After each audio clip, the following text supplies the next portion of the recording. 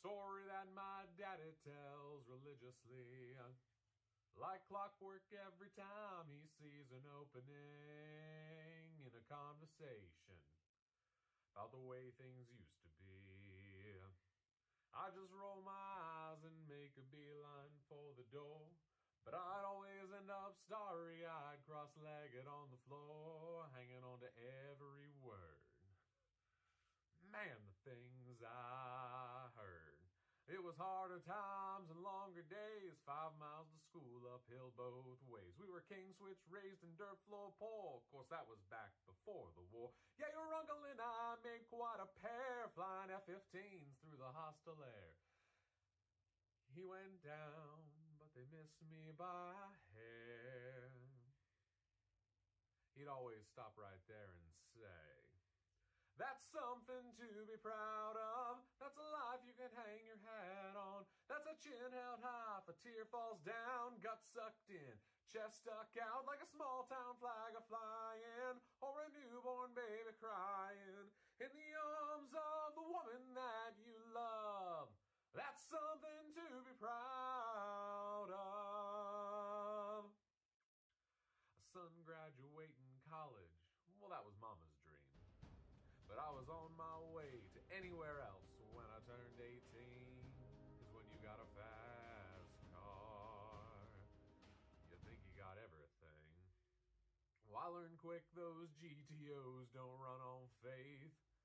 And I ended up broken down in some town north of LA, working maximum hours for minimum wage. Well, I fell in love, next thing I know, the babies came, the car got slow. Sure do you miss that old hot rod, but you're saving gas in them foreign jobs. Dad, I wonder if I ever let you down, if you're ashamed how I turned out. Well, he lowered his voice, and then he'd raise his brow.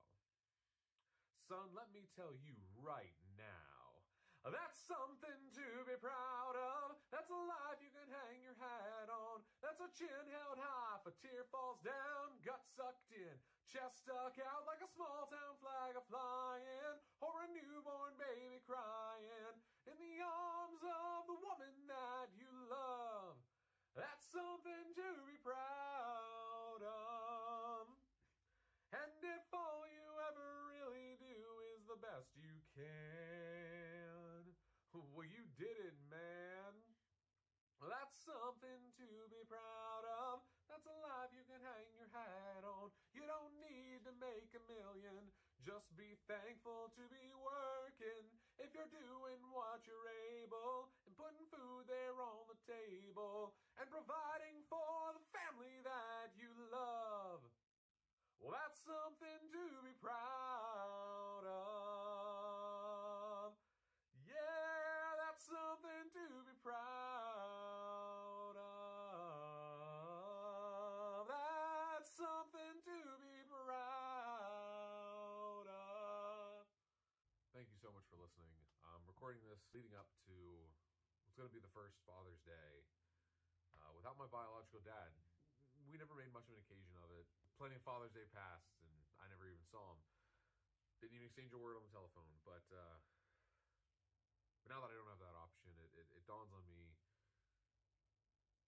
how nice it would have been to be able to reach out a little more often. So all right, what's up? Hey, Vince Burr, 1151. Hopefully you can hear me. Go ahead and drop me like thumbs up if all the sound levels are good. I don't know what it sounds like on your end. I only know what it sounds like on my end. So I always appreciate somebody telling me that things sound good, all that jazz. Father figure that you can reach out to on this Father's Day, and if not on Father's Day, then just on a random day. They're going to really appreciate hearing from you. This coming from a dad of a soon-to-be 3-year-old and a 3-month-old. Like, yeah, we want to hear from you. And even if it is, like I said, a father figure, we're proud of it. Keep it up. All right, so with Premiere Draft, I have to be like hyper focused as to what's going on. So let's go ahead and actually, I want to make my face a little bigger. Volume is low. Hold on. Oh. Yeah, how are you supposed to tell if my volume levels are good if you can't even hear me, Vince? Come on, man. Come on, man. Come on, man.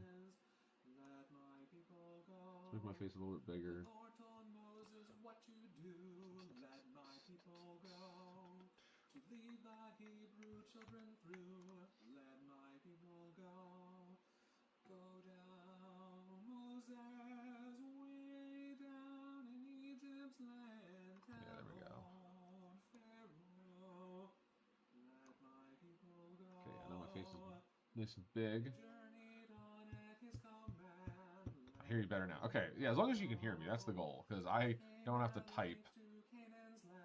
Alright, so with Premier Draft, I am in a pod or a drafting room of 7 other live human drafters. As far as I know, there's no way to do like bot drafts. So let us all from bondage flee. Let my people go. And let us all in grace be free. Let my people go. Go down, Moses, way down in Egypt. alright. Oh, there we go. Come on. Come on, last person, let's go. We're gonna fire. We're gonna fire. I understand, you know, this set's getting kind of old, but come on, we're supposed to fire. Yeah, I hear you, Vince, and yeah, it's gonna hurt, it's gonna sting, but pain is temporary. So that's just what you have to remind yourself. Pain is temporary.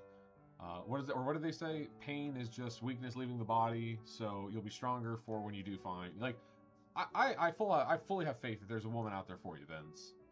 So you just gotta find her.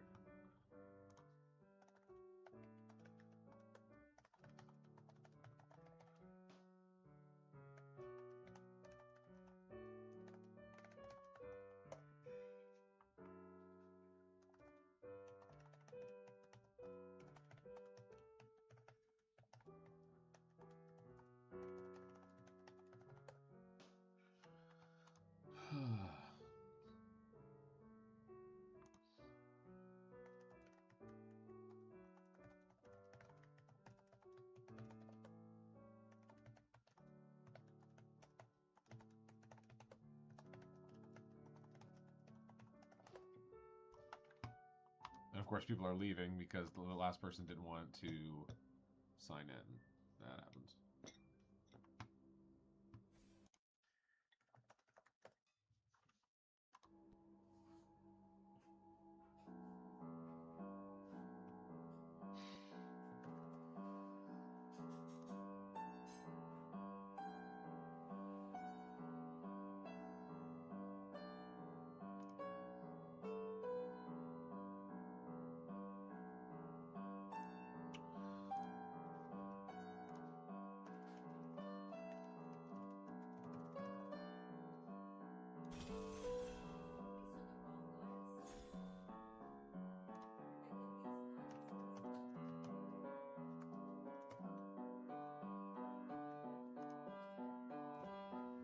Alright, so I'm able to see some fire picks based on an overlay that I've got, and according to the fire of Untapped GG, this is the best card in the pack. Azula on the Hunt, 3 and a black, legendary creature, human noble, 4 and 3, firebending 2. Firebending is whenever this creature attacks, add 2 red. Spirit lasts to the end of combat. Whenever it attacks you, lose 1 life and create. Ooh, and create a clue. Yeah, that's pretty good. Some other fire cards. Hold on, I gotta turn down. This music's way too loud in my ear. So some other fire picks would be like Glider Kids, 2 and a white, 2/3 flying when ETB scry 1. Yeah, that's pretty good. Blue, Lost Days, 4 and a blue, instant lesson. Okay, I'd rather have a creature. You don't really want to start off your draft with a non-creature card. You want to have a creature that you can build around. So let's go ahead and take, it's the best fire card based on my Untapped.gg overlay. So we're just going to take Azula on the Hunt. Okay, so this one, no fire cards, but there are some high shield cards. So this blue one is the highest. It's an uncommon. You can tell that based on right here, the color of this symbol down here. So look at the top 3 cards of your Libre. Put one of those. Okay, there's a lot of overlay stuff going on. Look at the top 3 cards of your library. Put one of those cards into your hand. The rest on the bottom of your library in any order. Put each of those cards into your hand instead if there are 3. Okay, so if I'm going like blue-black lessons, I don't know if I'm going blue-black lessons. Here's, okay, this tank. I like the tank, but it's apparently not a high shield pick. This is a high shield pick. The Swamp Snare Trap, which right now I think that's what I'm leaning towards. So 2 in a black enchantment aura. Costs 1 less to cast it. Yeah, that's removal. So it's a way to get a creature off the board. Nothing else is jumping out at me, and I already have a pack backed up. I don't like to be a glut and hold up the line, so I'm just going to take the Swamp Snare Trap. Okay, here, okay, so apparently a black is coming. Black is blowing. The shield pick would be right here. Fire Nation Engineer, 2 in a black, Human Artificer, 2/3 raid. At the beginning of your end step, if you attack this turn, put... Yeah, that's pretty good. There's another Azula. Oh, this is an instant Azula. This card is fire. This card's really good. I've liked it. Actually, there's a fire card. It's the difference of 1 point, a 40 versus a 39 in terms of how good it is. Sokka Lateral Strategist. 1 and hybrid white blue. Vigilance 2/4 whenever Sokka and at least one other creature attacks, draw a card. Yeah, that's pretty good. But this is go big, and it keeps me in black, so it allows me a lot of flexibility. Okay, so there's apparently a fire pick here, sold out, 3 in a black. Exhaust your creature. If it was dealt damage this turn, create a clue token. Yeah, removal that potentially also draws you a card because clue tokens are pay 2, sack it to draw a card. So clues are awesome. So go ahead and keep it in black, sold out.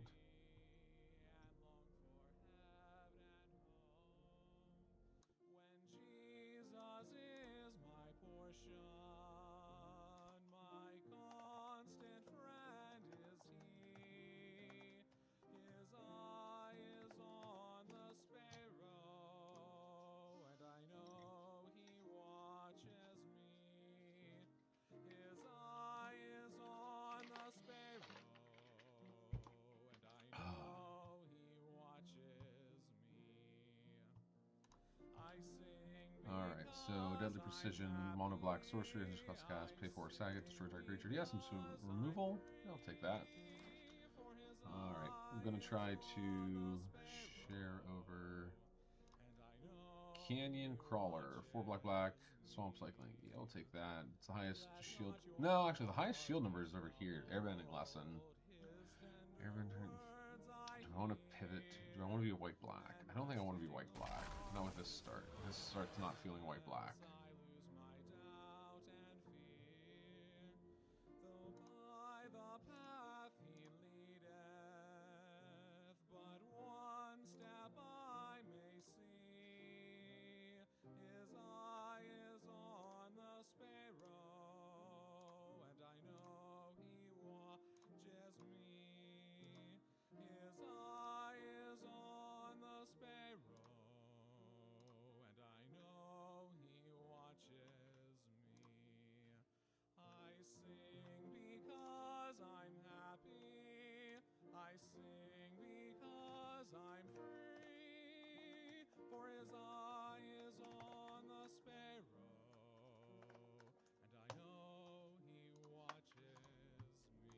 Alright, so it looks like I'm finally going to have to branch out, and Untapped.g is recommending blue. Lost Days, 4 in a blue, the owner of a target creature or enchantment puts it into their library, second from the top or bottom, you create a clue. I haven't run blue-black, I don't think, with Avatar. No, I haven't run blue-black. So yeah, let's try blue-black. At least right now, this is leaning towards blue-black. There's no guarantee that I'm going to be blue-black. Oh, another Lost Days. Okay, so another removal and it's a lesson, or I can take another Canyon Crawler. So, Untapped.g is recommending Lost Days, so we'll take second Lost Days.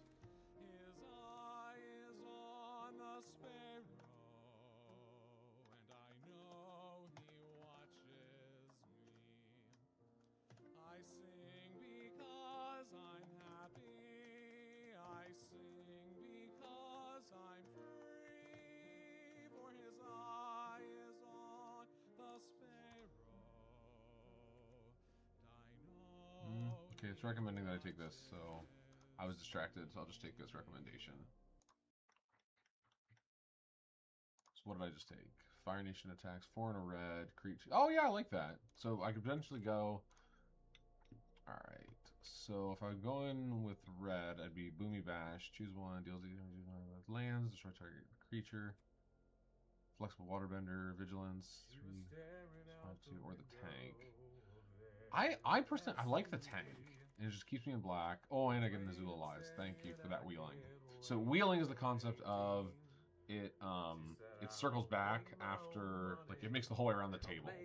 Is when I say it wheeled. That's what that means. Said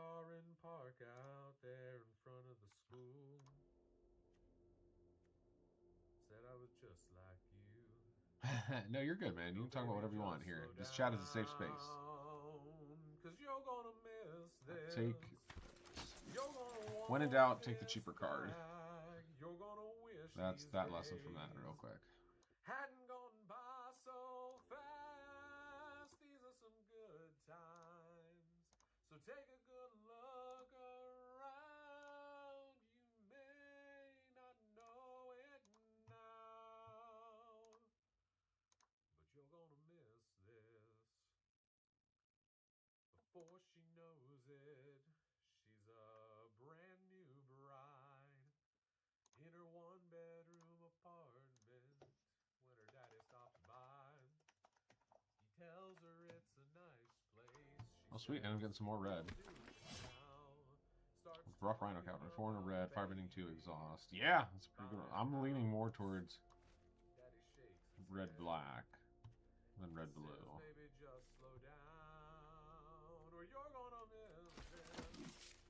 And the table's telling me to be.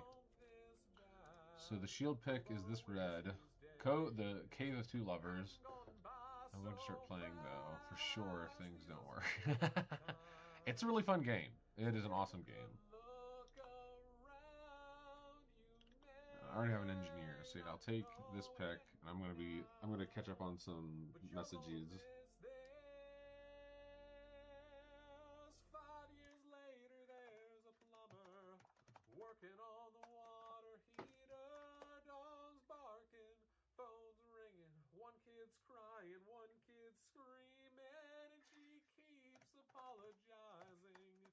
He says they don't bother me.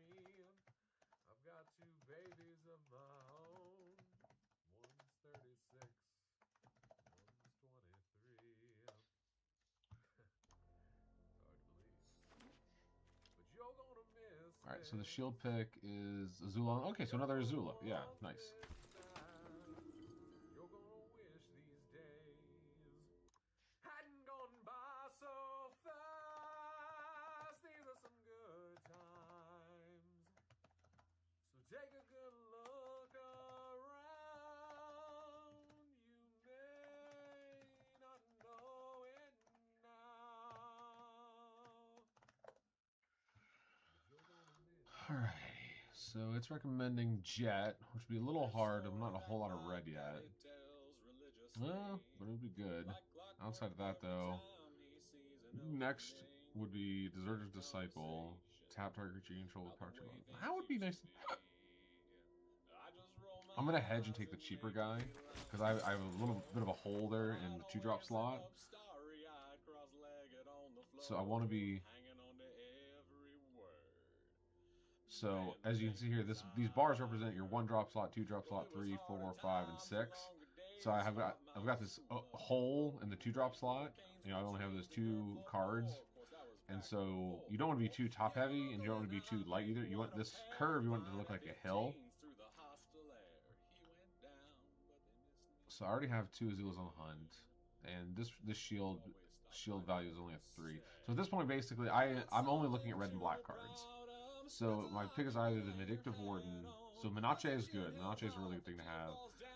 It's recommending this, and I think I agree.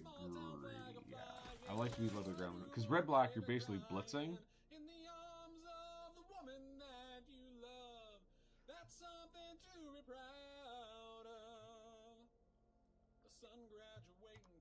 So with blitz, you're trying to attack the opponent so fast that they don't really have an opportunity to respond. So I could hedge here and take this red-white land. I think I am going to take it. Because if nothing else, it's a mountain that eventually draws me a card, which is nice. And really, you know, the Disciple, I already have one, and I already have one. I think I have one. Yeah, I have an Azul always. So I already have one of these, so I'm going to diversify my assets and take the card draw. Let's see this. So this is, no, the best one is actually Swamp Snare Trap. What was that cruelty? 2 and blue, 2 and black. Those deals 2 damage to a player, and then discard 2. So yeah, not really that good of a card. I mean, it can be crippling, but yeah, having the removal is better because like odds are if you're giving control, if you're giving an option over to your opponent, they're gonna be able to pick what's best for them, and so you're not able to do what's best for you in that moment.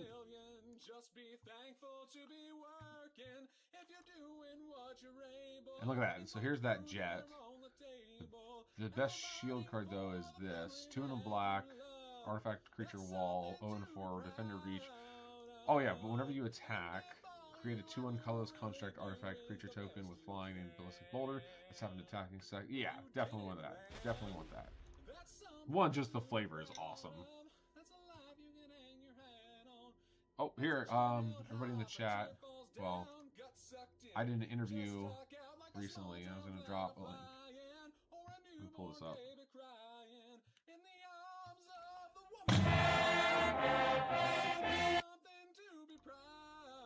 Sorry, people. I don't know if that came through or not. Flying. Yeah, flying, black and flying. That's a good combination. What is this? Yeah, I like that better than. Scry one is decent, and with earthbending to have vigilance is nice, but I don't have a whole lot of beef, so to have some beefy cards, you know, I need to start adding this on the top. And as you can see, this 2-drop slot is a hole. So Boomy Bash, that's going to be a sideboard card because I don't really want to play it if I don't have to. So we're going to put it down here in the sideboardy board. So I just dropped a link in the chat. I did an interview with my high school band. So please, please, please go watch that. Share it to everybody you know. Hit a like and everything.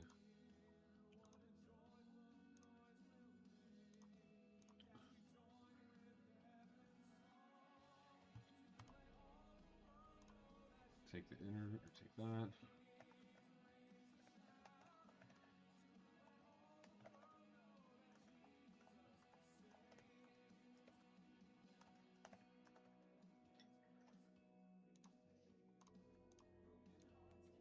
Take the cards. Oh, sweet, I got a monkey. Hello, monkey. Oh, okay, I got something in my colors. Fire Nation.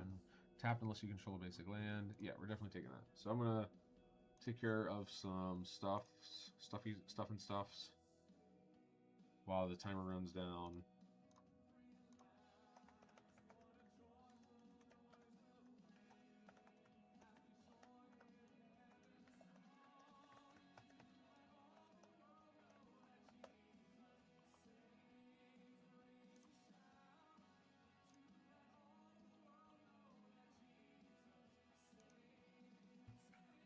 Alright, so yep, just taking the land. Alright, we've got a lot of cuts that we're going to have to make. I'm already at 24 cards, and you only need 23 playables. And then trim it down to 17 lands. Or you can run the old classic 41 card special. So here, the best card apparently in the pack according on top GG is the Ozai's Cruelty. No, actually it's the Hawk. Hawk, flying in black. Yes, yes, yes, yes, yes, please. Yeah, it's got a shield score of 35. So I'm very heavy in black. I've got that Glut on too, but actually I think that's okay. Are you in? Yes, okay. Yes, that's what I needed. Yes, this is definitely one. Oh, but what are you? Oh, Lightning Strike. Never mind. Lightning Strike is way better. Yes, yes, yes, please. Thank you. Alright, so we got a shield score of 42, Boiling Rock Rider, Firebending 1, tap and untap ally you control. How many allies do I have? Allies 2. Alright, so I don't have a whole lot of allies. Exile target card from a graveyard. When this creature attacks, you may cast an ally spell from one card. Oh, nice. Okay. Or Zhong Zhong, 2 in a... Okay, so they're both 3 drops. So either way, I'm getting a 3 drop. Firebending 1, Exhaust. Make him a 3/4 when you cast your next lesson. How many lessons do I have? 1 lesson. So so I don't have a whole lot of lessons either. But still, just to have a 3-4. I'll take the rare. Yeah, we're gonna rare draft. Alright, so it recommends a 2-drop. Yes, yes, yes, yes, yes, absolutely. Creature that dies into a creature, that's what I want. Always a good thing to have creatures that die into creatures. I will take that all day and twice on Sunday. More, yep, and I had that hole in 2-drop, so that's what I needed to fill. Excellent. Didn't know the year or even if it ran, but I had $1,000 in my hand. It was way back in the corner of this old ramshackle barn. 30 years of dust and dirt on that green armitar. Oh! But it's a lightning strike. You can't pass up a lightning strike. Lightning strike wins games. You know, if you figure that's 15% of the opponent's life total gone if you got a face.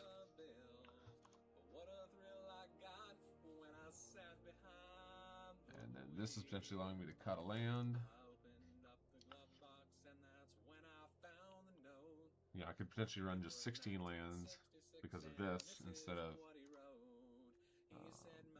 Yes, you on miniatures. Yes. That is an awesome pick. So now the red cards are flowing. I like this build. I'm gonna like this. This is gonna be a good build. Black red according to Wooberg order. I don't have a temple, so we'll put the temple in the sideboard card. Make some monk. What's special about the monks? Prowess. I mean, prowess is decent. I don't know how many. I don't know yet how many. Red, white, the Sun Warriors. This will be sideboard card. Firebending X Rex is number of creature control. Honestly, though, to have that is not terrible. You know, having a mana sink can sometimes win you a game. Got 2 viewers. I see you both. Hello there. Oh, I'm back to 1. Alright. Come on, I feel lonely. Somebody put something in the chat. But again, people don't like watching draft. They want to watch gameplay. Gameplay is more fun. Alright, but we're almost to there. Tolls of War. I have 3 of them in my collection. I only have 2 of this in my collection. Menace and creatures. Yeah, alright. Arena wants to recommend that. And look at that, I get it anyway. So I got both. That was awesome. And fancy schmumpy schmump. Oh, that reminds me. I need to. I know you are, Vince. I see you. It says 1 viewer. But you're not giving me something to talk to. You're not giving me anything to talk to about, you know? I want to be chatty. Alright, so. Oh, it's a close tie between Mardu and Rakdos. So you can see whether black, red, or splashing white. Let's. So what am I just splashing white for? Is the Warriors? Oh, and Tolls of War. Oh. Okay, yeah, I want to build Mardu. So we're splashing white.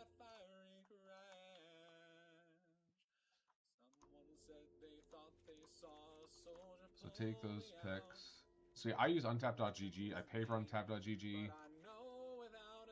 Well, God stuff's not really. Oh, that's fair. I hear ya. But yeah, you can't be. Oh, my tank! I want my tank. I might be keeping my tank.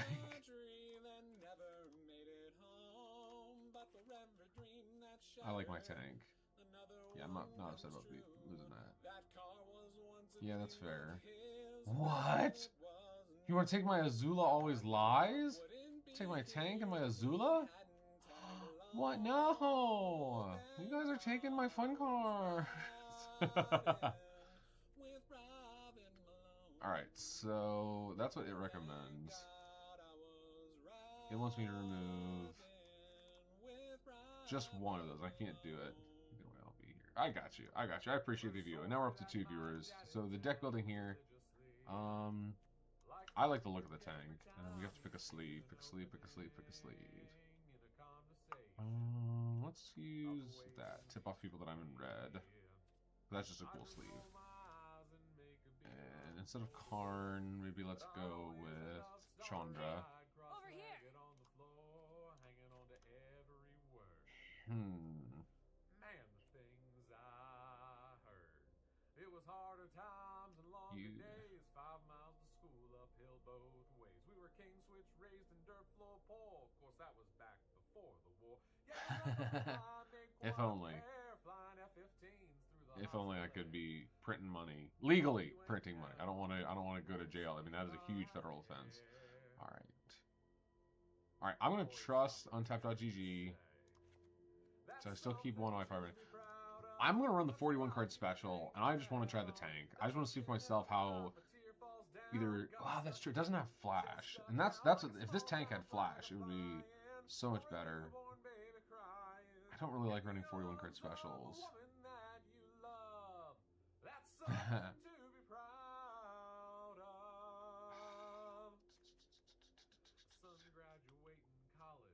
I'm gonna cut Boomy's Bash to keep my tank.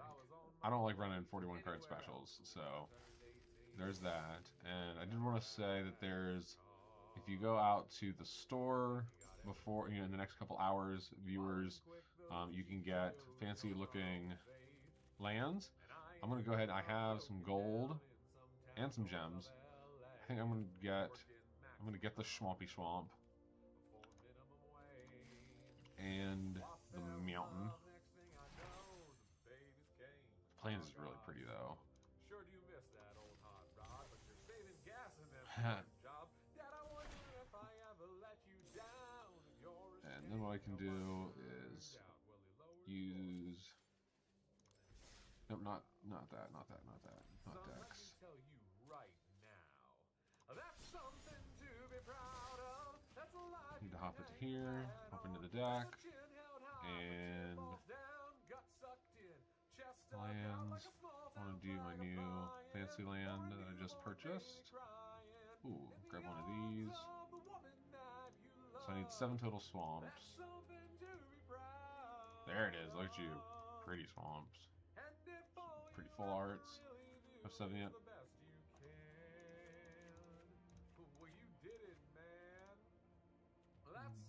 1, 2, 3, 4, 5, 6, 7 swampy swamps.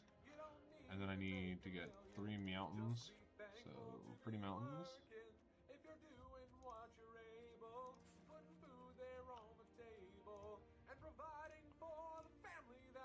Eh, that's not a pretty mountain. Alright, we'll do that one. I need 2 more mountains. Yes. 1 more, and there we go. Alright, so cool. 40 cards. Let's get to some gameplay, folks.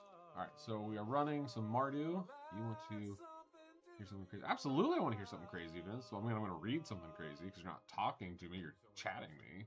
If I could be pedantic about it. Alright, so we got an opponent here. And up against Deathblade 0987 Festive Fighter. Tapland into hoping for land drop. Yeah, keep.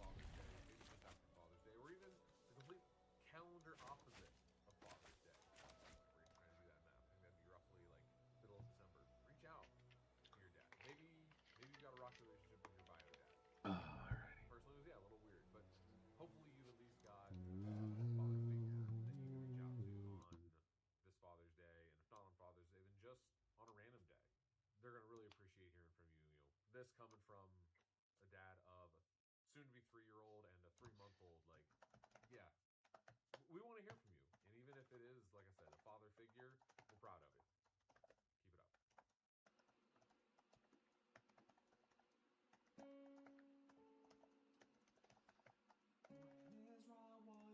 Keep it up. When Israel was in Egypt's land, let my people go. Oppressed so hard they could not stand. Let my people go.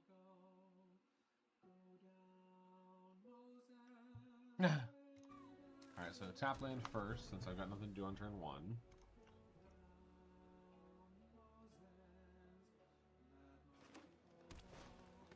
Turtle Duck! Hello, Turtle Duck. Control basic. That's not a basic, so we don't want to do this. No reason to strike opponent down. So now I just need to figure out what I want to. So definitely not tank. So either firebending 1, or when the creature enters, create a clue and a flyer. Tap it on untapped ally, which I don't have an ally. Alright, so I'm definitely thinking the bird, because this can't get through the duck. Whenever this creature attacks, you may cast an ally spell from among the cards. And they've got another. Okay, so there's just a wall of ducks. Fan sad pop. Huh, I don't know what that means, Vince. Fan sad.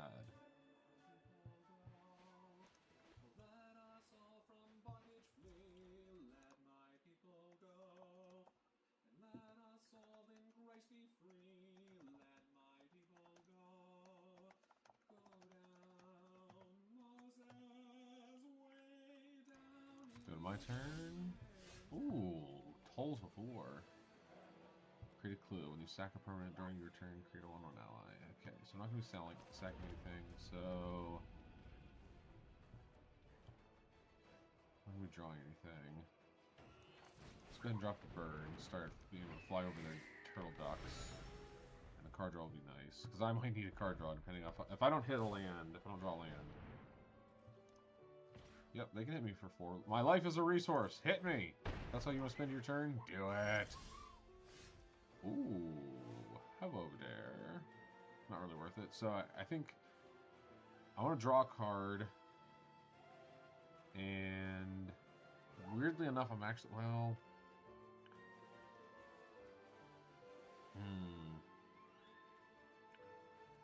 Because I need that land drop.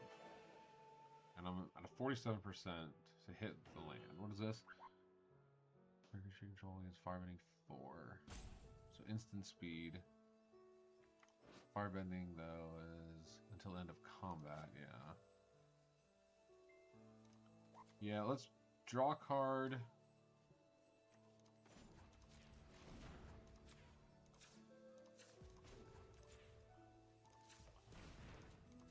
Leave white open in case I hit a swamp.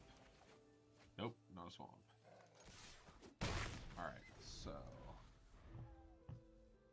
Hey! I had some five views there for a moment. Like, literally a passing moment.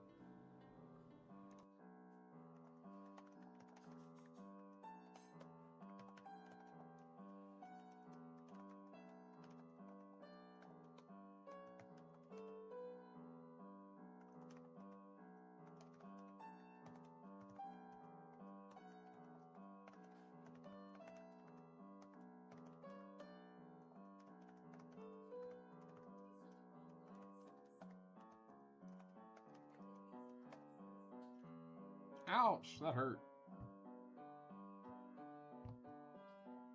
Yes, mountain. Thank goodness. Okay, so now I can do 2 things. Wow, the ducks are real.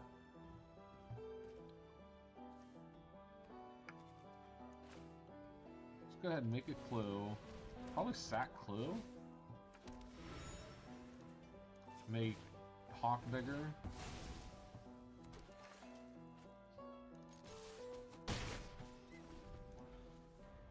And then I have chump blocker for if that's how they want to spend their turn.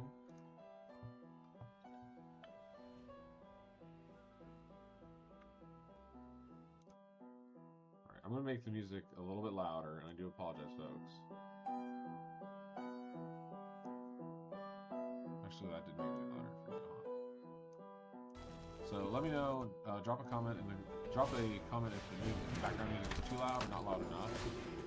Alright, so my Jaded Edge, Prowess Exhaust, 4 with the Trumples, so not chumping.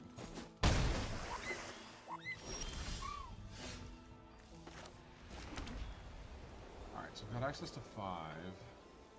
And do Firebending 4. Lane Shriek doesn't kill a turtle duck. What are my options? That kills a duck. I think I like this one.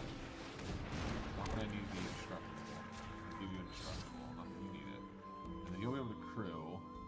So then I also have lightning strike available. No, I want this 2-1.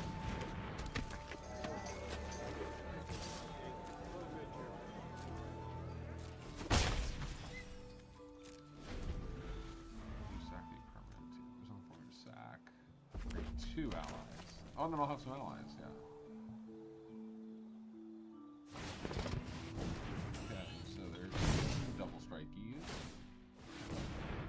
3? Oh, there's only 3. Okay. Alright, so trade tank for turtle duck.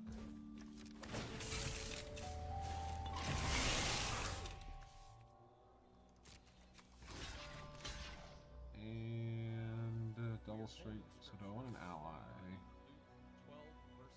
May as well save the 1 point of life.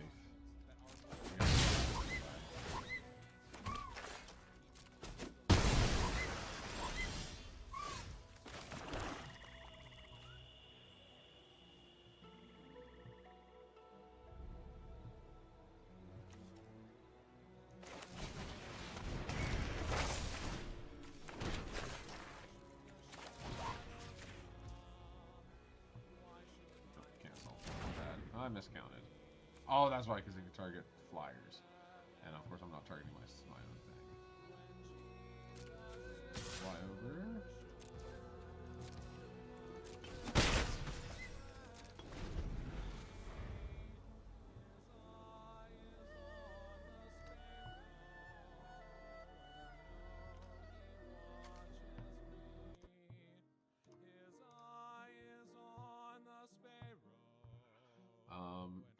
Alright, chat, what do you think? What is my play next turn? Or actually, really, the question is, do I Lightning Strike face? Do I get rid of May? Actually, no, this is what I do. Oh, there's tramples. I still take 3. Oh, Prowess is bad.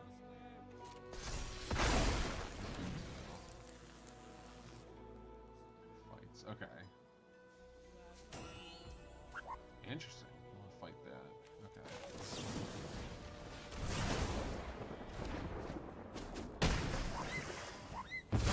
Fights. I was gonna say it was a fight, not a bite.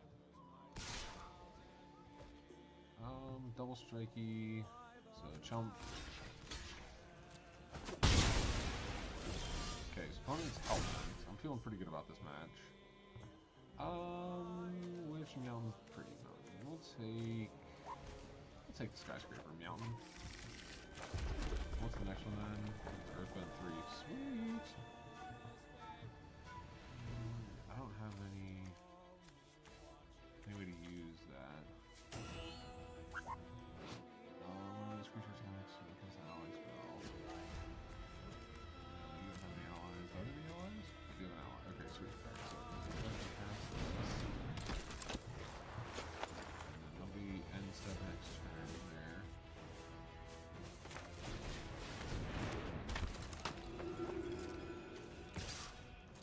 Alright. Here we go. Turn the corner.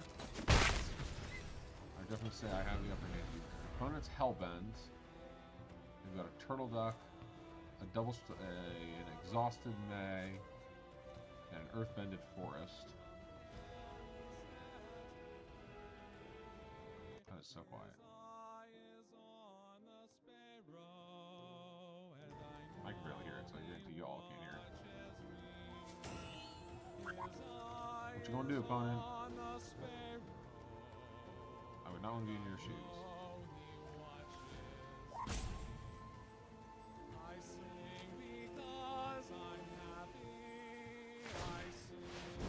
Okay, we're going for that. So I'm probably going to just trade. Oh, wow! Opponent's getting frisky.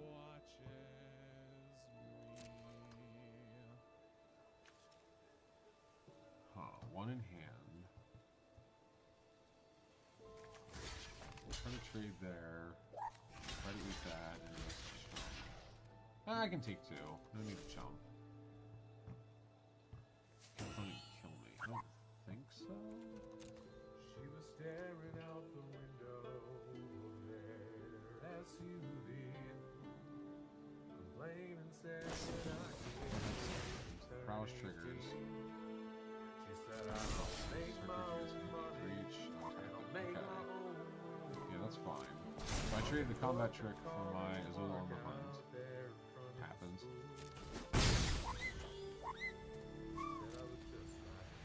So I probably, I should have chumped. Live and learn. Oh, never mind, I forgot tramples.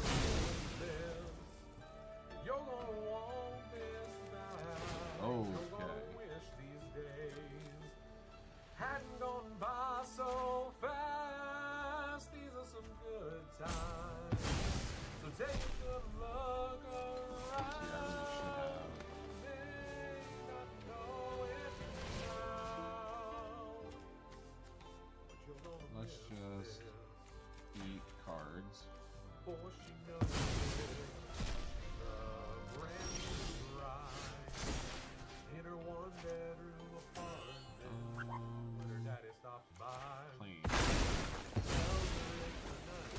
I forgot about that interaction. That's a nice It'll interaction. do for now.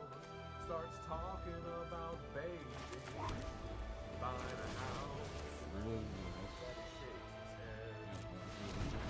Says, baby, just slow down, or you're gonna miss this. You're gonna want this back. You're gonna wish these days hadn't gone by so fast. These are some good times. So take a good look. Play it safe because I'm only at 1. May not be going out, but you're gonna miss this. 5 years later, Whenever this there's creature a attacks, you plumber may cast an ally working spell. on So I should have attacked. That was my bad. Should have attacked. Should have attacked. attacked. Okay, good. Opponent's still hellbent. They top deck land. Really? You want to trade for an earthbend land? You die on the backswing, don't you? I've got 2 babies of my own. One's 36. No, you don't. No, they would be at 1. Hard to believe. But you're gonna miss this. You're gonna want this back. You're gonna wish these days hadn't gone by so fast. Wait, no. Opponent is dead. I can draw a card. Yep, opponent's dead. So take a good look around. You may And then I'm just going to have it here eating cards from the library or from the yard. Yeah, opponent's dead because of my card draw. There's a story that my Need a daddy fiddle duck. tells religiously. Like clockwork My every turn. time he Draw sees card. an opening in a Make conversation dude, attack, and about win. the way things used to be. I just roll my eyes and make a beeline for the door, but I'd always end up starry-eyed, Yeah! Word. Get the W. Man, the 1-0. things I See, I like Tank. Tank was really good in that one. times, longer days, 5 miles to school, uphill both ways. I had We were fun, cane yeah. splits, raised in dirt floor poor. Of course, that was back before the war. Yeah, your uncle and I make quite a pair, Alright. flying F-15s through the hostile air. He went down, but they missed me by. My singing is a little loud in my ear. He'd always stop right there and say, well, that's something to Let's be take a look at the proud deck. of. That's a life you can hang your hat on. That's a chin held high if a tear falls down. Gut sucked in, chest stuck out like a small Give town everybody a peek flag of what I'm working with here. or a newborn baby crying in the arms of the woman that you Blue love. Mardu. That's something to be proud of. A son graduating college, that was mama's dream. But I was on my way to anywhere else when I turned 18. Cause when you got a fast car, you think you got everything. Why run quick, those GTOs don't run on faith. And I ended up broken down in some town north of LA, working maximum hours for minimum wage. Well, I fell in love, next thing I know, the babies came, the car got slow. I sure do miss that old hot rod, but you sure save gas in them foreign jobs. Dad, I wonder if I ever let you down, if you're ashamed how I turned out. Well, he lowered his voice, and then he'd raise his brow. Son, let me tell you right now, that's something to be proud of. That's a life you can hang your hat on. You don't need to make a million. Just be thankful to be working. If you're doing what you're able and putting food there on the table and providing for the family that you love, that's something to be proud of. And if all you ever really do is the best you can, well, you did it, man. That's something to be proud of. That's a life you can hang your hat on. That's a chin held high if a tear falls down. Gut sucked in, chest stuck out like a small town flag a flying, or a newborn baby crying in the arms of the woman that you love. That's something to be proud of.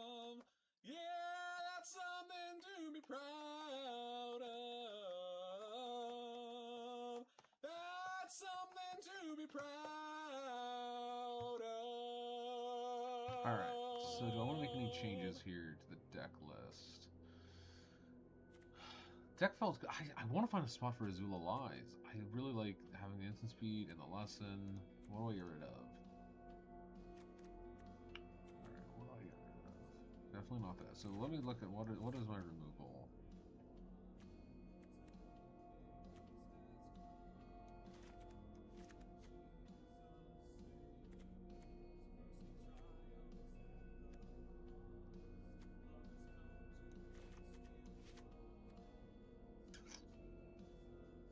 I'm gonna diversify my assets. I'm gonna get rid of that and do an Azula Lies. I like that, personally. Even if untapped.gg doesn't recommend it. I don't care, untapped. That's what I'm doing. It's my deck. Alright, so let's see. We have an opponent, James from Bronze. James must be doing pretty good. I have no red and 3 red cards and no game plan, so that's a mulligan. No black, no swamp. Oh, but I can swamp cycling on 2. Okay, so this is a keep. And goodbye one Azula on the hunt. And most likely, yeah, this is swamp cycled. Yeah, drop the mountain. Thanks. And go ahead, pass turn, and swamp cycling on end step. Before my turn, go ahead and swamp cycling. Draw swamp.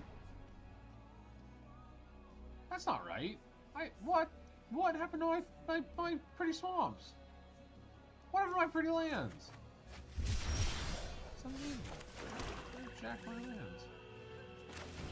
Taste me cooler. Attack. The spacebar is your friend. The spacebar is your friend. Click and make the game go fast. The spacebar is your friend. When you die, yeah. Farming action rights, control. 5. I don't have 5 yet. 2. Okay, so yeah, definitely want to drop this. Offer trades, and he'll make a 1/1. Yeah, I know. Oh, you got tricked? Yep. So I traded my thing for that. It was half card anyway. I'd rather trade that. I'd rather trade Yip for the dude that made Duder than my Azula on the hunt. So yeah, opponent definitely cast the Yip way too early. What is this? Oh, man, combat. Not even combat. Skill spell. Well, that's rude. Alright, so now I have. Now I can start pumping out dudes every turn. Opponent's got a brick wall to try to get around. Next turn I can double spell. Which would be fun. And I'll be helping. Are you kidding me? Opponent is removal.deck. Baloney.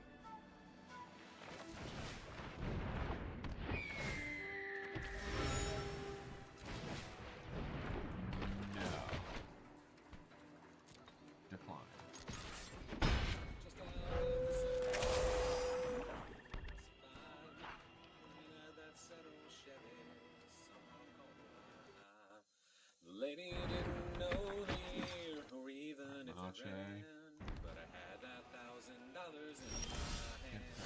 Hey, no, yeah. Back in the corner of this old ramshackle barn, 30 years of dust and dirt on that green army tar.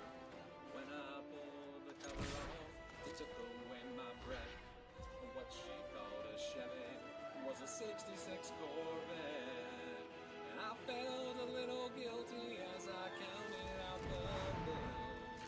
What a thrill I got when I sat behind the wheel.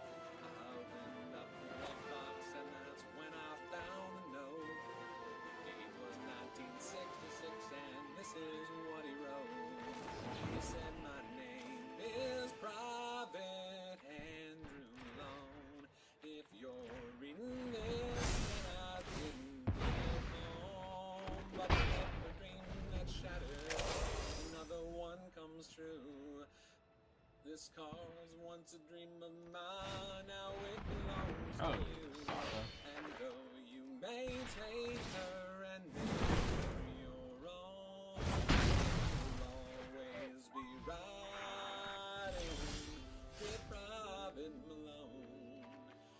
It didn't take me long at all, I had her running good, and I love to hear those horses thunder underneath her hood. Had her shining like a diamond, and I'd put the ragtop down. All the pretty girls would stop and stare as I drove her through town. The news on the radio didn't seem to work quite right, but it picked up that oldie show, especially late at night.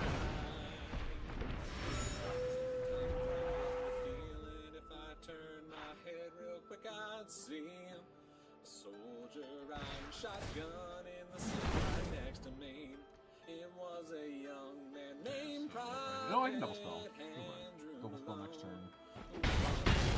His country Ouch! that Let's go to never 11. made it home, but for every dream that shattered, another one comes true.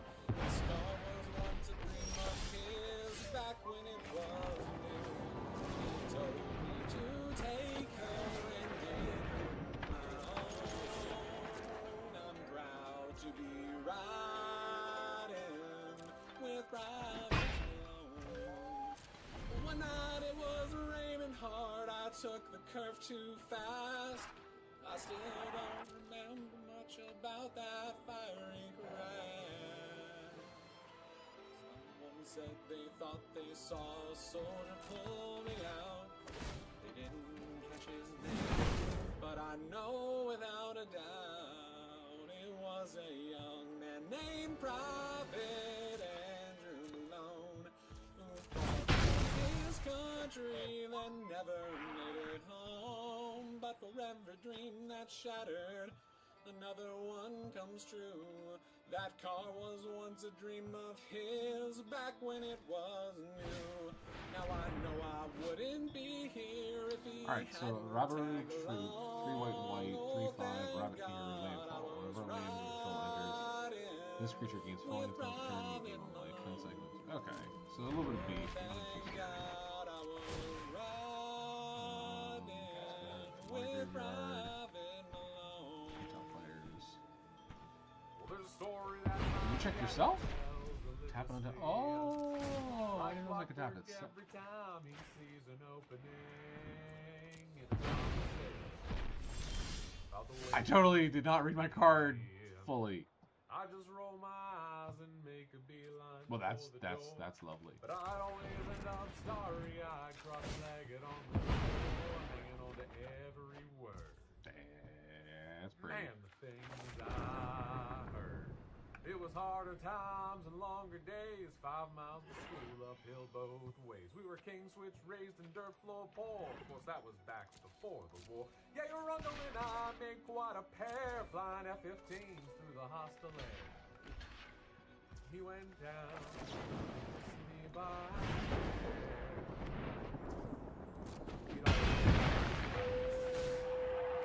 That's something to be proud of. That's a life you can hang your hat on. That's a chin held high, if a tear falls down, guts sucked in, chest stuck out like a small town flag a flying, or a newborn baby crying in the arms of the woman that you love. That's something to be proud of. Son graduating college, well, that was mama's dream. But I was on my way anywhere else when I turned 18. Oh man, that's a beef right there. Just thinking about everything.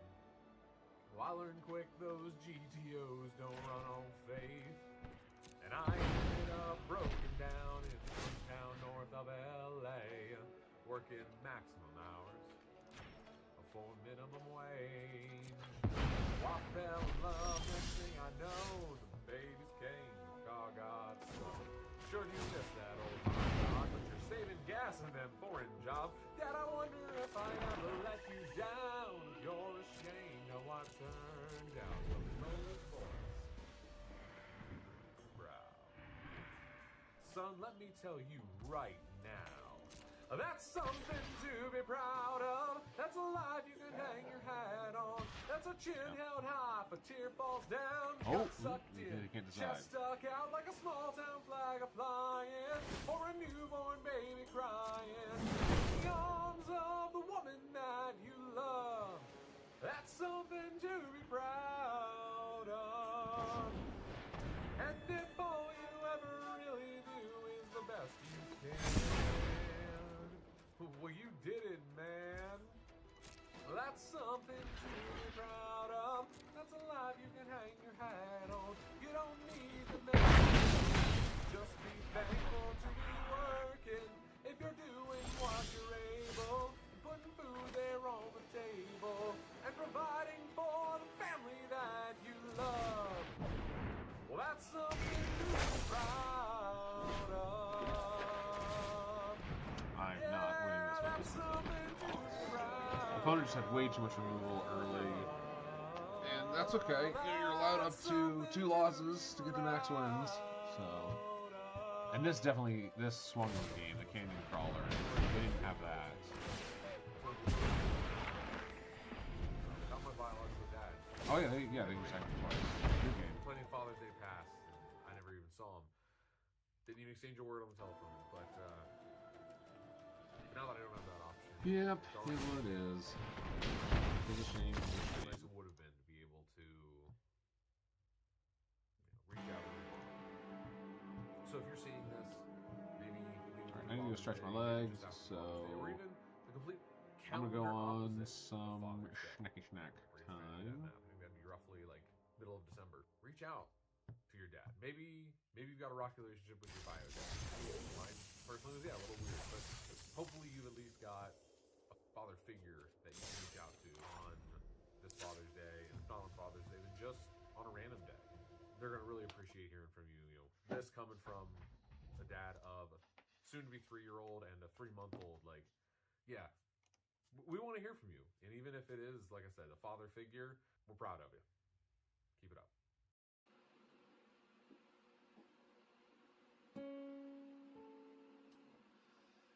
When Israel was in Egypt's land, let my people go.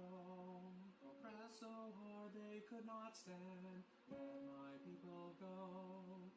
Go down, Moses, way down in Egypt land. Go down, Moses, let my people go. The Lord told Moses what to do, let my people go. To lead the Hebrew children through, let my people go. Go down, Moses, way down in Egypt's land. Tell old Pharaoh, let my people go. They journeyed on at his command, let my people go. And came at length to Canaan's land, let my people go. Go down, Moses, way down in Egypt land. Tell old Pharaoh, let my people go. Oh, let us all from bondage flee, let my people go. And let us all in Christ be free, let my people go. Go down, Moses, way down in Egypt's land. Tell old Pharaoh, let my people go.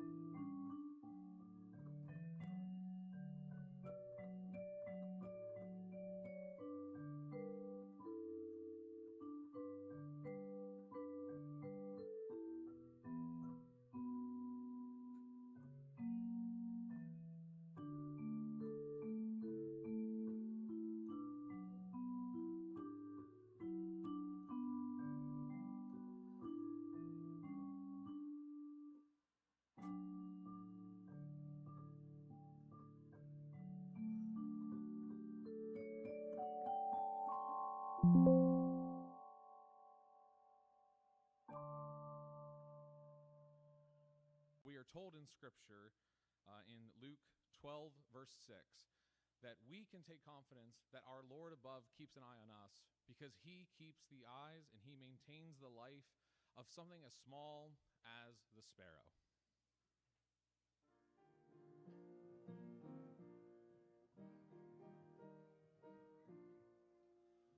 Why should I feel discouraged? Why should the shadows come? Why should my heart be lonely and long for heaven and home? When Jesus is my portion, my constant friend is he. His eye is on the sparrow, and I know he watches me. His eye is on the sparrow, and I know he watches me. I sing because I'm happy. I sing because I'm free. For his eye is on the sparrow, and I know he watches me. Let not your heart be troubled. His tender words I hear, and resting on his goodness, I lose my doubt and fear. Though by the path he leadeth, but one step I may see. His eye is on the sparrow, and I know he watches me.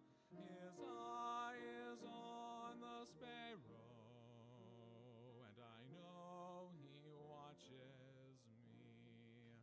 I sing because I'm happy. I sing because I'm free. For his eye is on the sparrow, and I know he watches me. Whenever I am tempted, whenever clouds arise, when songs give place to sighing, when hope within me dies, I draw the closer to him. From care he sets me free. His eye is on the sparrow, and I know he watches me. His eye is on the sparrow, and I know he watches me. I sing because I'm happy. I sing because I'm free. For his eye is on the sparrow,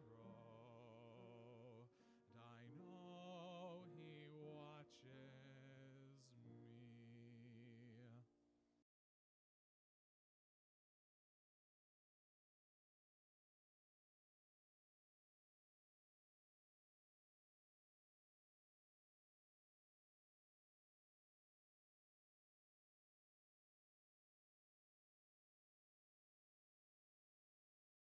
She was staring out the window of their SUV, complaining, saying, I can't wait to turn 18.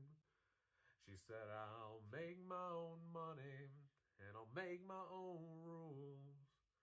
Mama put the car in park out there in front of the school. Said I was just like you. No, baby, just slow down, 'cause you're gonna miss this. You're gonna want this back. You're gonna wish these days hadn't gone by so fast. These are some good times, so take a good look around. You may not know it now, but you're gonna miss this. Before she knows it, she's a brand new bride in her one-bedroom apartment when her daddy stops by. He tells her it's a nice place. She says, it'll do for now. Starts talking about babies, buying a house. Daddy shakes his head. Says, baby, just slow down, or you're gonna miss this. You're gonna want this back. You're gonna wish these days hadn't gone by so fast. These are some good times, so take a good look around. You may not know it now, but you're gonna miss this. 5 years later, there's a plumber working on the water heater. Dogs barking, phone's ringing. One kid's crying, one kid's screaming, and she keeps apologizing. He says, they don't bother me. I've got 2 babies of my own. One's 36. One's 23. It's hard to believe. But you're gonna miss this. You're gonna want this back. You're gonna wish these days hadn't gone by so fast. These are some good times, so take a good look around. You may not know it now, but you're gonna miss this. There's a story that my daddy tells religiously, like clockwork every time he sees an opening in a conversation about the way things used to be. I just roll my eyes and make a beeline for the door, but I'd always end up starry-eyed, cross-legged on the floor, hanging on to every word. Man, the things I heard.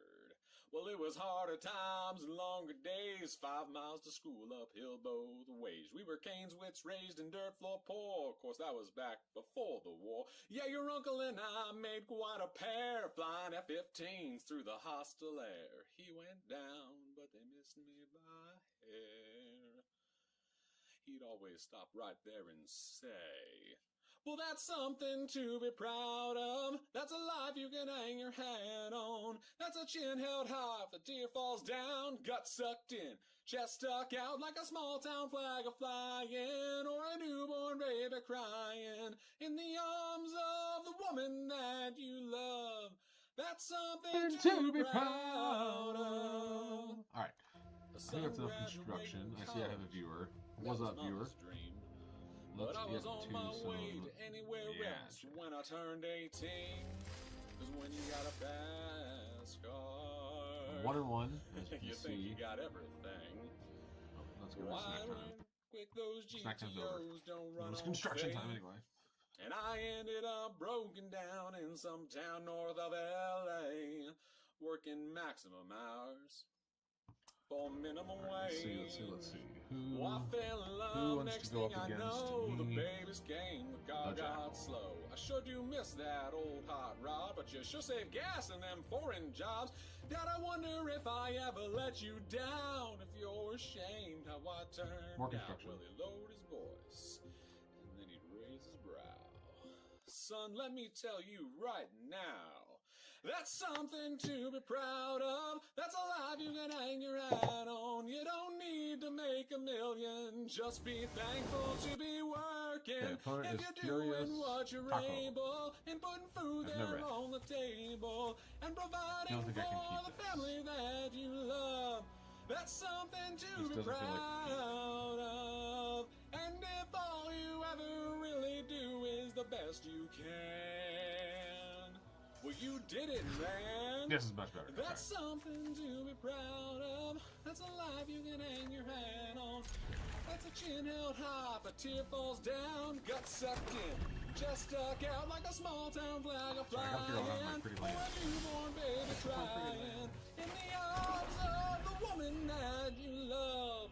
That's something to be proud of. What is up, viewer? Yeah, And drop a hello something to be or proud hey in the chat. Let me know that you are, everything's looking good. That's And something let me know to if be there's anything I can do to make your proud viewing experience better. Like, background music is too loud, like it's still a little too loud for me. I'm gonna, this song's over anyway. But yeah, let me know. What am I do? Oh, lightning strike. Aw, you killed my thing. You're gonna wish that you did.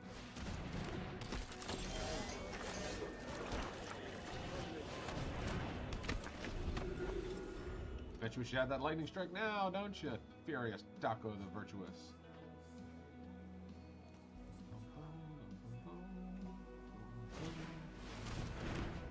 What?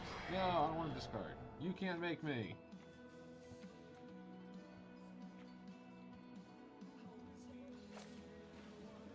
Flashback's the thing.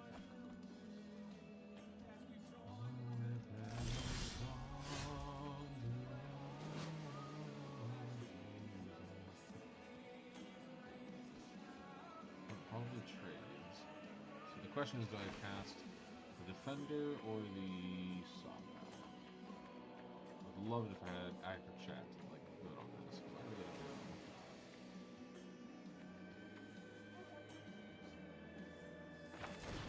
You know, let's go back. Relax. I draw land. Or no, I'm getting land. Yeah. There's no need to give up my best creature right now. Next turn I'm getting land, which will allow me to double spell, which will allow me to potentially do a 2-for-1. Yes. There we go. Okay, I thought through this. Whew. Alright, I got there. Almost made a mistake, but I did not.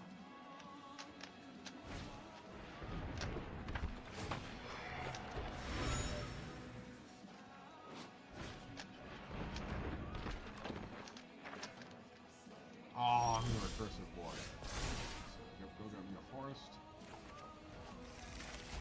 Drop forest. Yeah. Oh. Shoot. Oh well. That's my fault. That's on me. Oh, did you want to jump? I was gonna say, presumably just jump. Wow. They really want this thing to die. They saw the chip happening.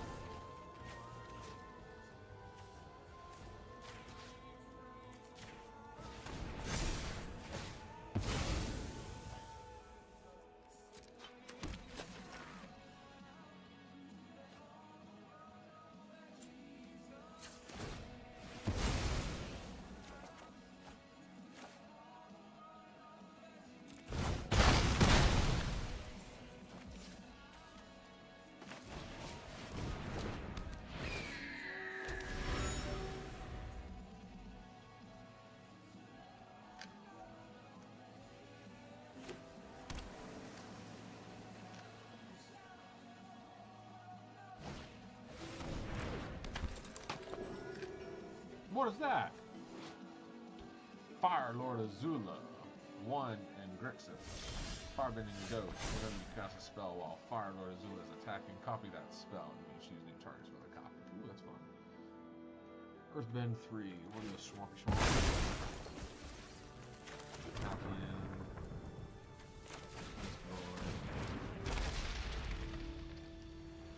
Just out of the surface, thumbing through the classifieds. Looking at that set of Chevy, somehow caught my eye. Lady didn't know the year, or even if it let it. $1,000 in my hand, way back in the corner of this old ramshackle barn, with 30 years of dust and dirt on that green Armitar. When I pulled the cover off, it took away my breath. What she called a Chevy was a '66 Corvette. I know only one. I felt a little as I counted out the bill. What a thrill I got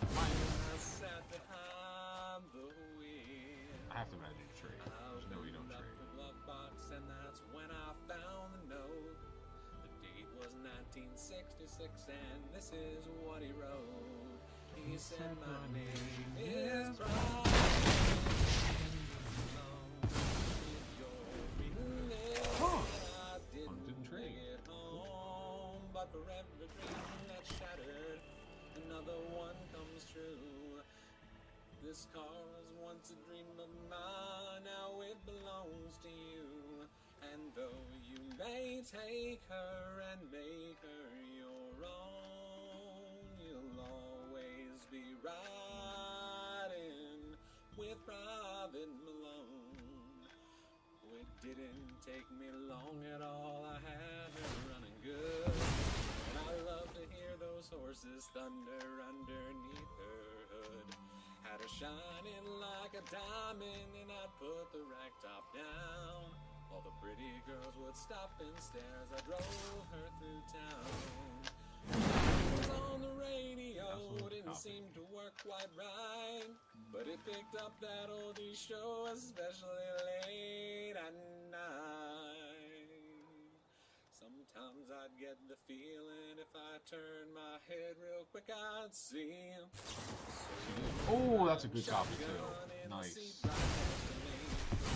Was a young man named Private Andrew Malone. Fought for his country, then never made it home. But for every dream that's shattered, another one comes true. This car was once a dream of his back when it was new. He told me to take her and make her my own. I'm proud to be riding with Private Malone. One night it was raining hard, I took the curve too fast. I still don't remember much about that fiery crash. Someone said they thought they saw a soldier pull me out. They didn't catch his name, but I know without a doubt it was a young man named Private Andrew Malone, who fought for his country then never made it home. But for every dream that shattered, another one comes What is that? That car Training was grounds, once blue, a dream enchantment, of activated his abilities, back creatures when it moving was control, to new. activate this Now effect I for know use I in wouldn't the be here if he hadn't and the recursive tagged boy. along. Oh, thank Hello, recursive boy. God I was Oh, man. riding But I'm working up to that, with so Private there's that. Malone. Oh, thank God I was riding with Private Malone. Well, there's a story that I know only my one. daddy tells religiously. Like clockwork every time he sees an opening in a I was conversation like, you have to trade. of the way doing that. things used to be. I just roll my eyes and make a beeline for the door, but I'd always end up starry-eyed, cross-legged on the floor, hanging on to every word. Smoke that. And the things I heard. It was harder times and longer days, 5 miles to school uphill both ways. We were king switch raised in dirt floor poor. Of course, that was back before the war. Yeah, your uncle and I shoot. made quite a Snap. pair, flying F-15. I missed out on 2 through the points of life. hostile air. Should drew a card. He went down. Yeah. Or what are you doing? Severe auto revival. 1 blue blue sorcery. As anything else He'd always stop right there and say, that's something to be proud of. That's a life you can hang your hat on. That's a chin held high, the tear falls down. Got sucked in, chest stuck out like a small town flag a-flying, or a newborn baby crying in the arms of the woman that you love. That's something to be proud of. Son graduating college. Well, that was mama's dream. Oh, that's 9 anyway. But I was on my way to anywhere I'm else just counting. when I turned 18. Got a fast car. You think you got everything. Well, I learned quick those GTOs don't run on faith. And I ended up broken down in some town north of LA, working maximum hours for minimum wage.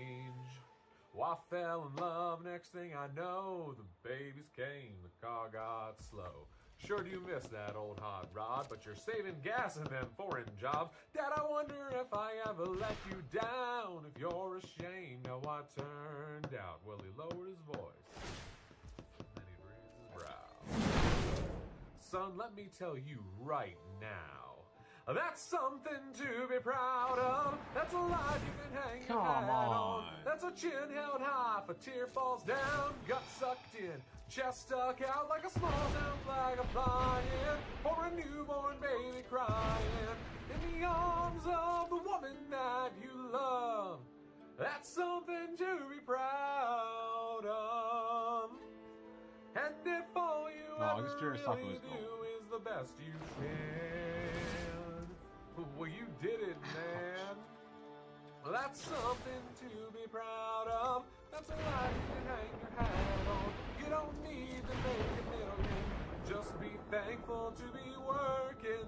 If you're doing what you're able, and putting food there on the table, and providing for the family that you love. Nope, you start. Well, that's something to be proud of. Yeah, that's something to be proud of.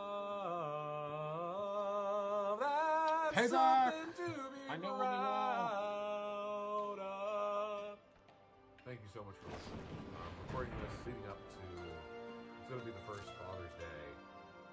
Without my biological dad, we never made much of an occasion of it. Plenty of Father's Day passed, and I never even saw him. Didn't even exchange a word on the telephone, but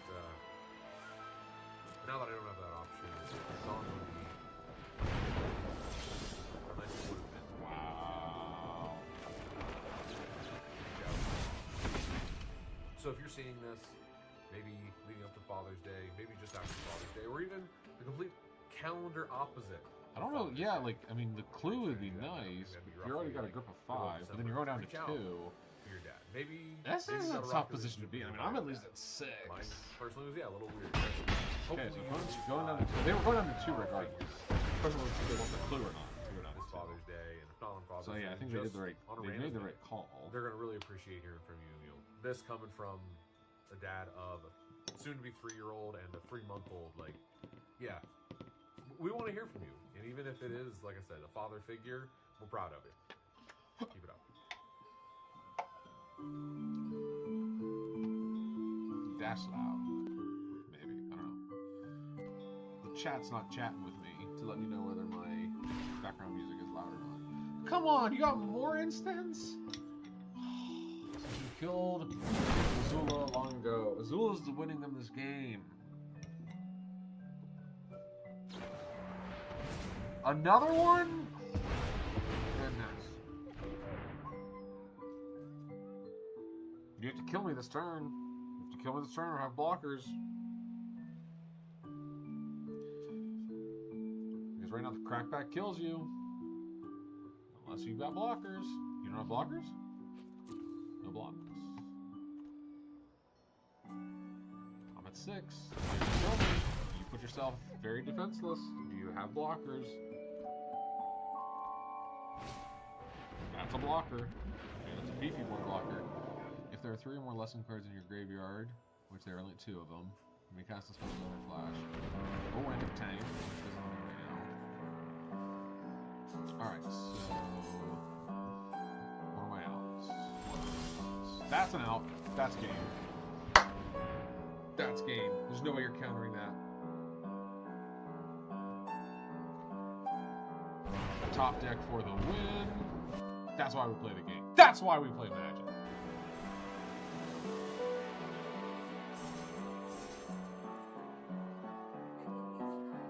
And that's also why you take a lightning strike in draft anytime you see a lightning strike.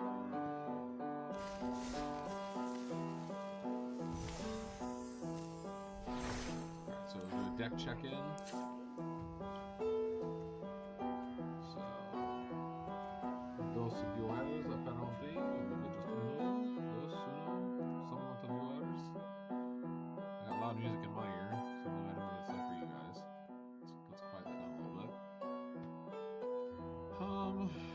Anything that you recommend to change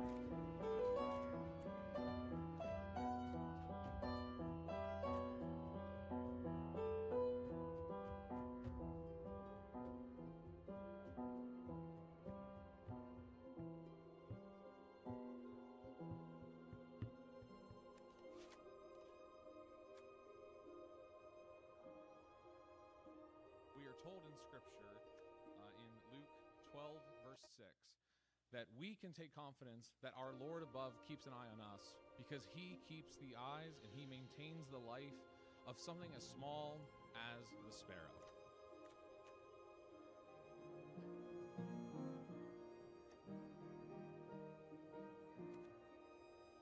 Why should I feel discouraged? Why should the shadows come? Why should my heart be lonely and long for heaven and home? When Jesus is my portion, my constant friend is he. His eye is on the sparrow, and I know he watches me.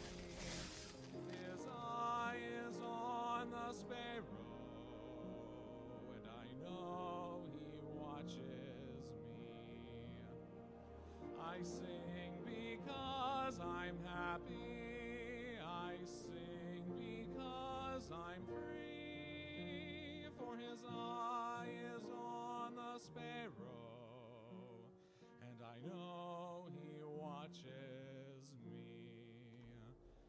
Let not your heart be troubled. His tender words I hear, and resting on his goodness, I lose my doubt and fear. By the path he leadeth, but one step I may see.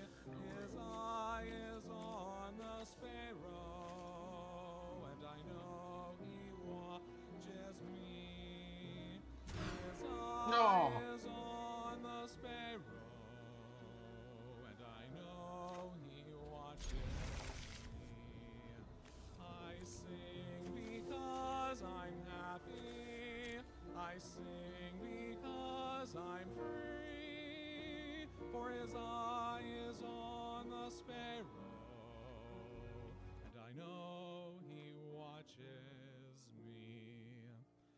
Whenever I am tempted, whenever clouds arise, when songs give place to sighing, when hope within me dies, I draw the closer to him. From care he sets me free. His eye is on Thank the you. sparrow, and I know he watches me. His eye is on the sparrow, and I know he watches me. I sing because I'm happy. I sing because I'm free. For his eye is on the sparrow.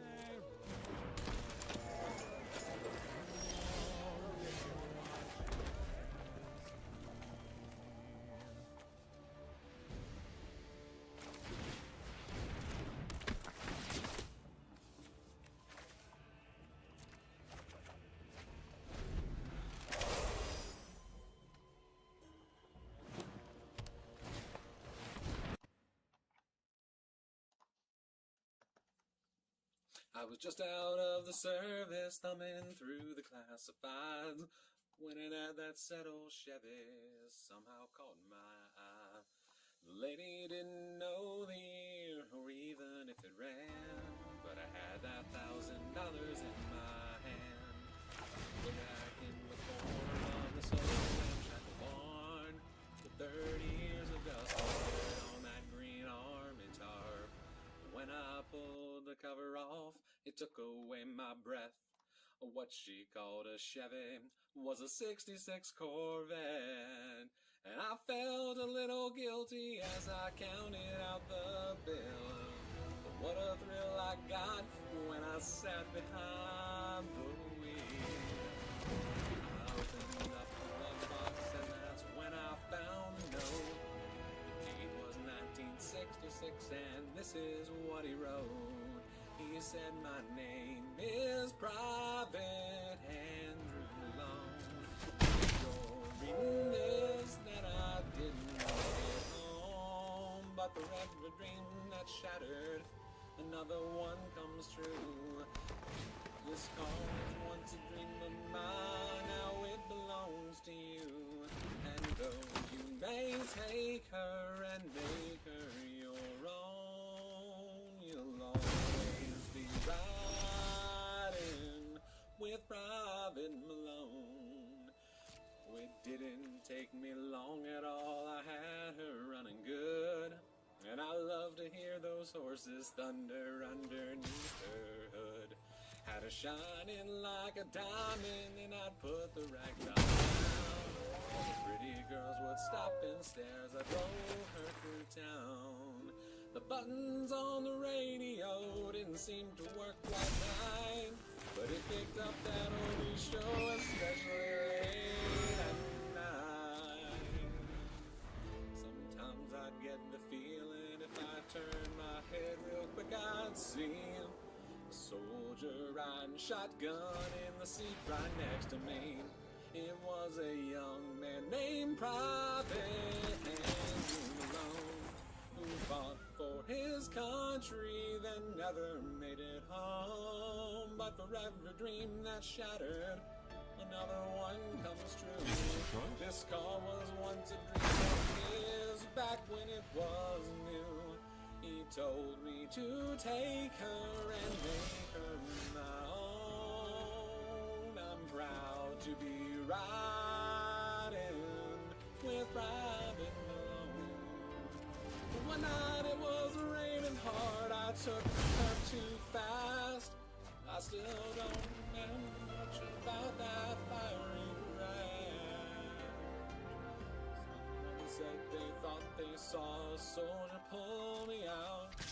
They didn't catch his name, I know without a doubt it was a young man named Private Andrew Malone, who fought for his country, then never made it home. But for every dream that's shattered, another one comes true. That car was once a dream of his, back when it was new.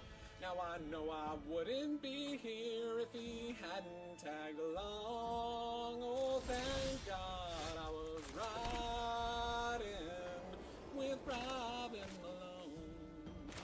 Oh, thank God I was riding with Private Malone. There's a story that my daddy tells religiously, like clockwork every time he sees an opening in a conversation about the way things used to be.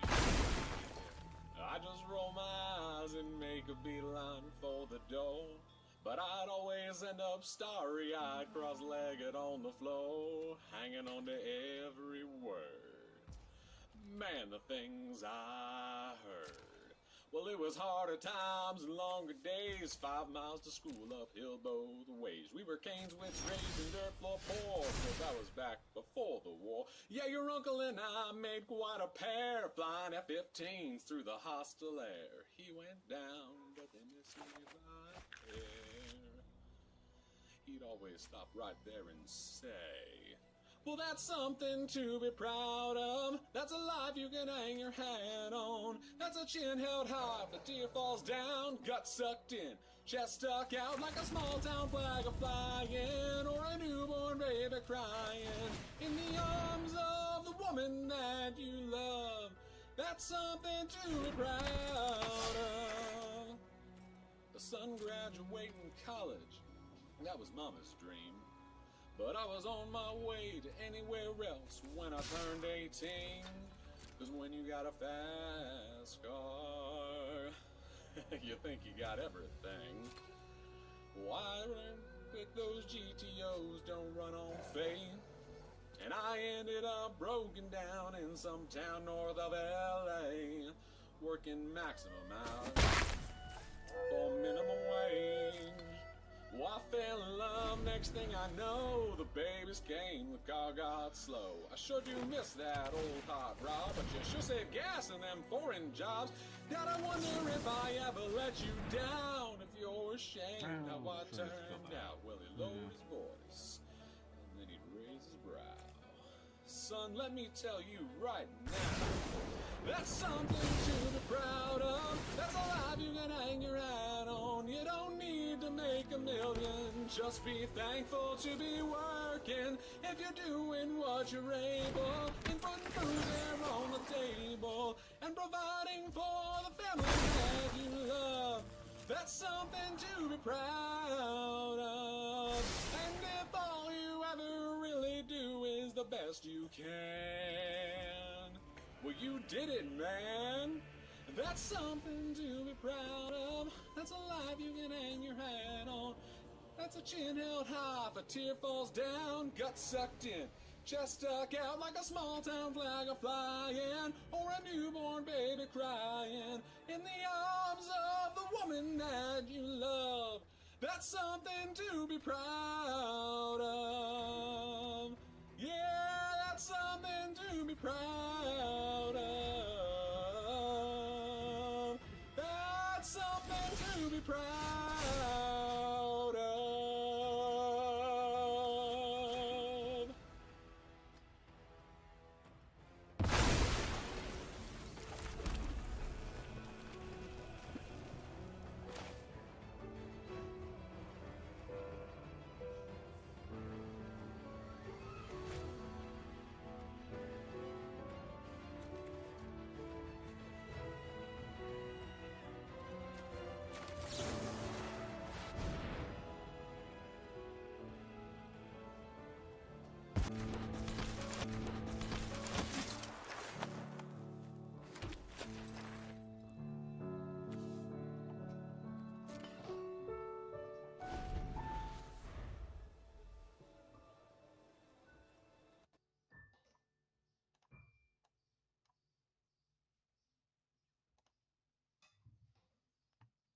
She was staring out the window of their SUV, playing and saying, I can't wait to turn 18. She said, I'll make my own money and I'll make my own rules. Mama put the car in park out there in front of the school. Said I was just like you. No, baby, just slow down, 'cause you're gonna miss this. You're gonna want this back. You're gonna wish these days hadn't gone by so fast. These are some good times. Take a good look around. You may not know it now.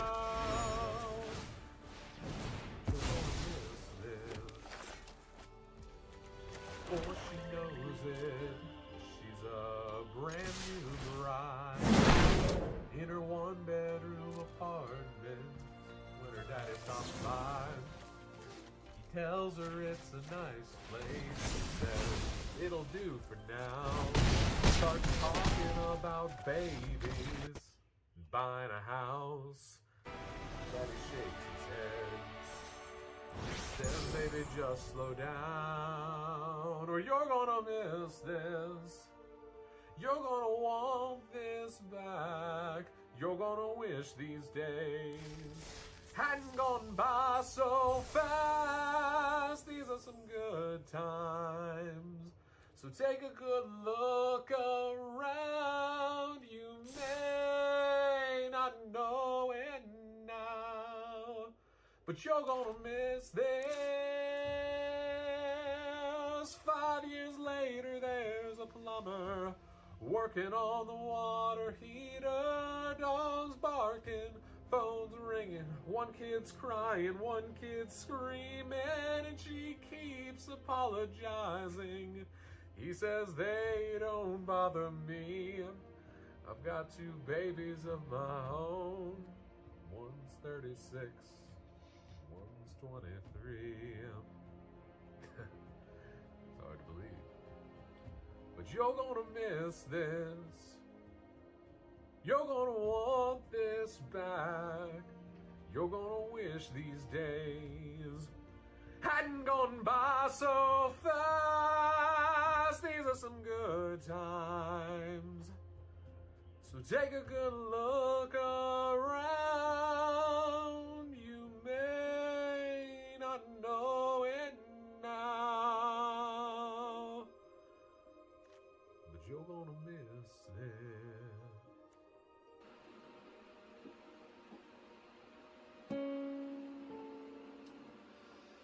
When Israel was in Egypt's land, let my people go.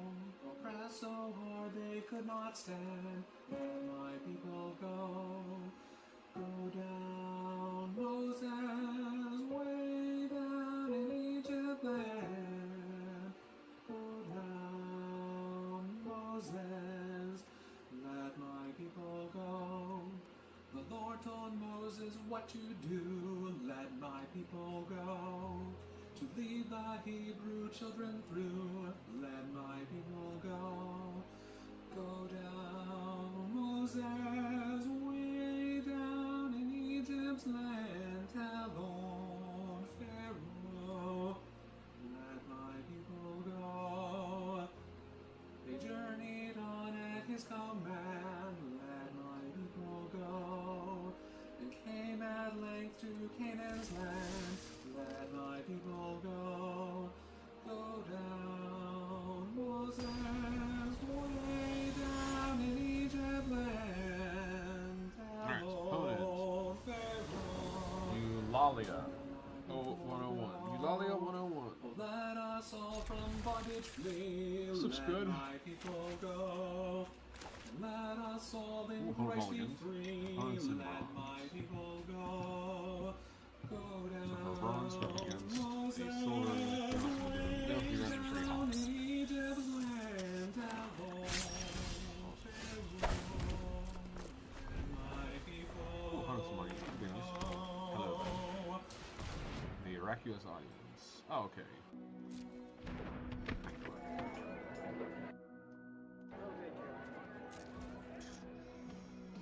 Do you bolt the bird?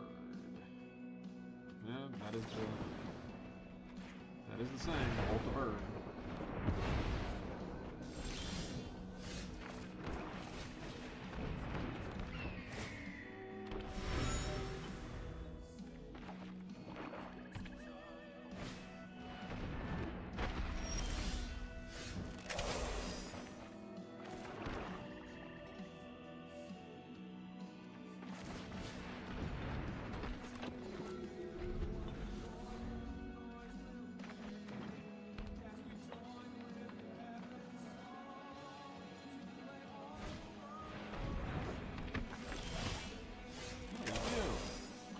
Two black green Befong's bounty hunters. Creature human mercenary 4/4. Whenever non-living creature you control dies, when you X or X that creature's full power. That's lovely.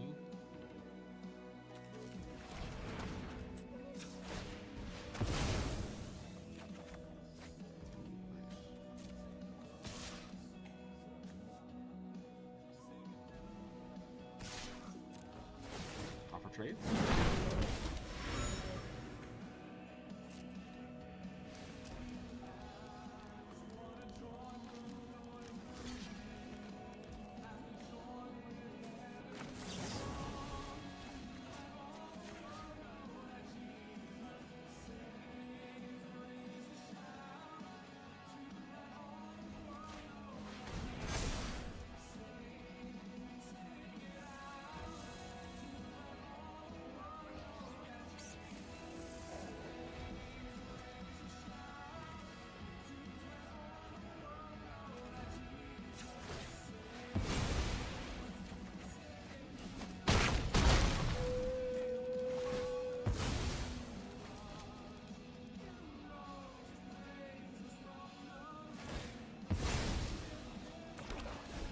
Earthbound 0.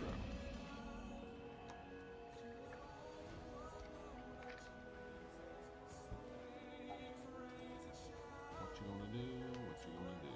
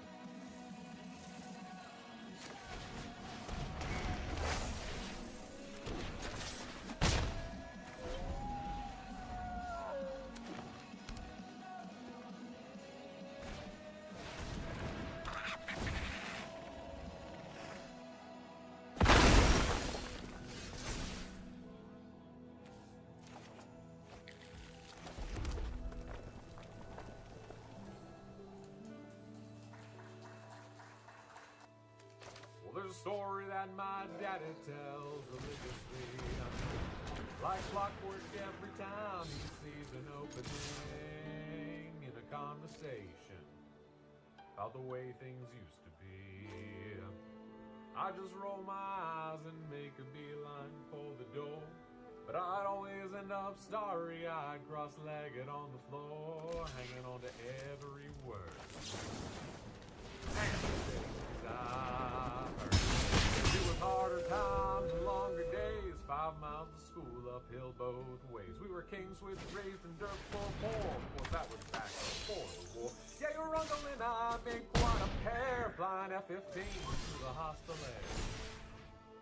He went down, but they missed me by a hair.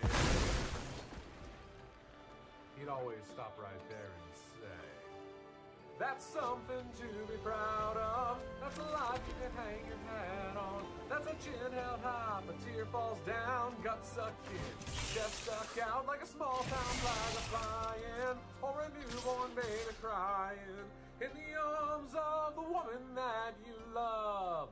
That's something to be proud of. Son graduating college, well, that was mama's dream. But I was on my way to anywhere else when I was 18. 'Cause when you got a fast car, you think you got everything. Well, I learned quick those GTOs don't run on faith, and I ended up broken down in some town north of LA, working maximum hours for minimum wage. Well, I fell in love, next thing I know, the babies came, the car got slow. Sure do miss that old hot rod, but you're saving gas in them foreign jobs. Dad, I wonder if I ever let you down, if you're ashamed. No, I turned out. Well, he lowered his voice, and he raised his brow. Son, let me tell you right now, that's something to be proud of. That's a life you can hang your hat on. That's a chin held high, if a tear falls down, gut sucked in, chest stuck out like a small town flag flying, or a newborn baby crying in the arms of the woman that you love. That's something to be proud of. And if all you ever really do is the best you can, well, you did it, man. Well, that's something to be proud of. That's a life you can hang your hat on. You don't need to make $1 million. Just be thankful to be working. If you're doing what you're able, and putting food there on the table, and providing for the family that you love. Well, that's something to be proud of. Yeah, that's something to be proud of. That's something to be proud of. That should be game. I don't see how they grabbed this. Thank you so much for listening. Nope, do we Recording have this something? leading up to, it's going to be the first. What do you got in hand? What do you got in hand? Without my biological dad, we never made much of an occasion of it. Plenty of Father's Day passed, and I never even saw him. See, the tank to me is so You can see the good. word on the telephone, but, I don't know why I might just be biased because I think it's a cool now that I card. don't It's have a that option, tank. It dawns on me how nice it would have been to be able to reach out a little more often. So if you're seeing this, maybe leading up to Father's Day, maybe leading up to Father's Day, or even the complete calendar opposite of Father's Day, middle of December, reach out to your dad. Maybe you've got a rocky relationship with your bio dad. Mine personally was a little weird, but hopefully you at least got a father figure. This Father's Day, not on Father's Day, and just on a random day. They're gonna really appreciate hearing from you, Neil. This coming from a dad of soon-to-be 3-year-old and a 3-month-old. Like, yeah, we want to hear from you. Even if it is, like I said, a father figure, we're proud of it. Keep it up.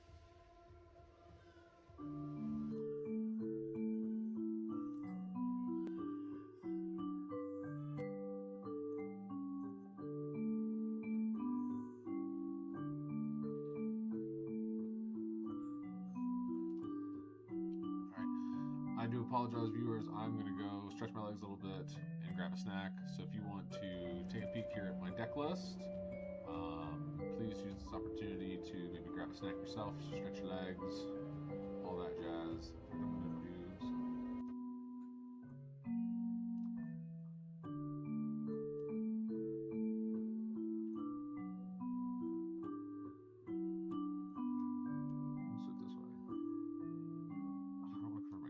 Completely. How do I want to do this? How do I want to do this?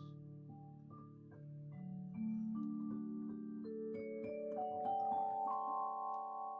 So yeah, you can look at the deck list and take a peek at how I've been running. So snack time, BRB.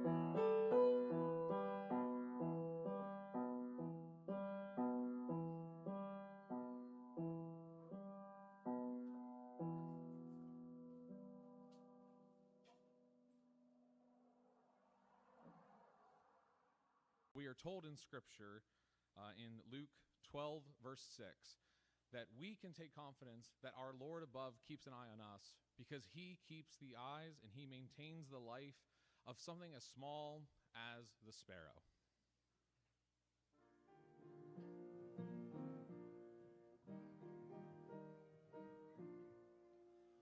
Why should I feel discouraged? Why should the shadows come? Why should my heart be lonely and long for heaven and home? When Jesus is my portion, my constant friend is he. His eye is on the sparrow, and I know he watches me.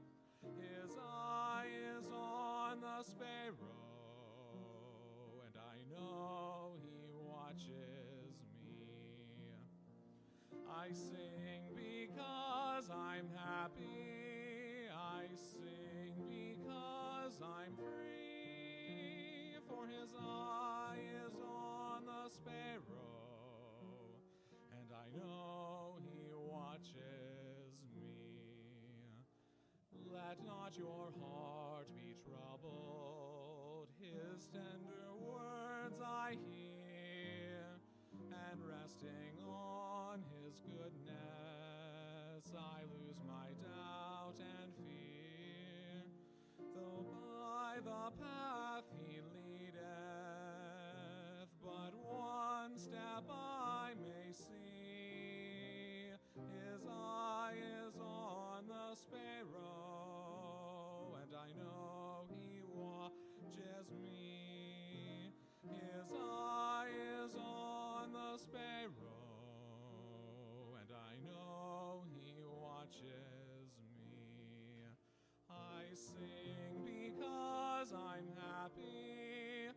I sing because I'm free, for his eye is on the sparrow, and I know he watches me. Whenever I am tempted, whenever clouds arise, when songs give place to sighing, when hope within me dies, I draw the closer to him. From care he sets me free. His eye is on the sparrow, and I know he watches me. His eye is on the sparrow, and I know he watches me. I sing because I'm happy. I sing because I'm free, for his eye is on the sparrow, and I know he watches me.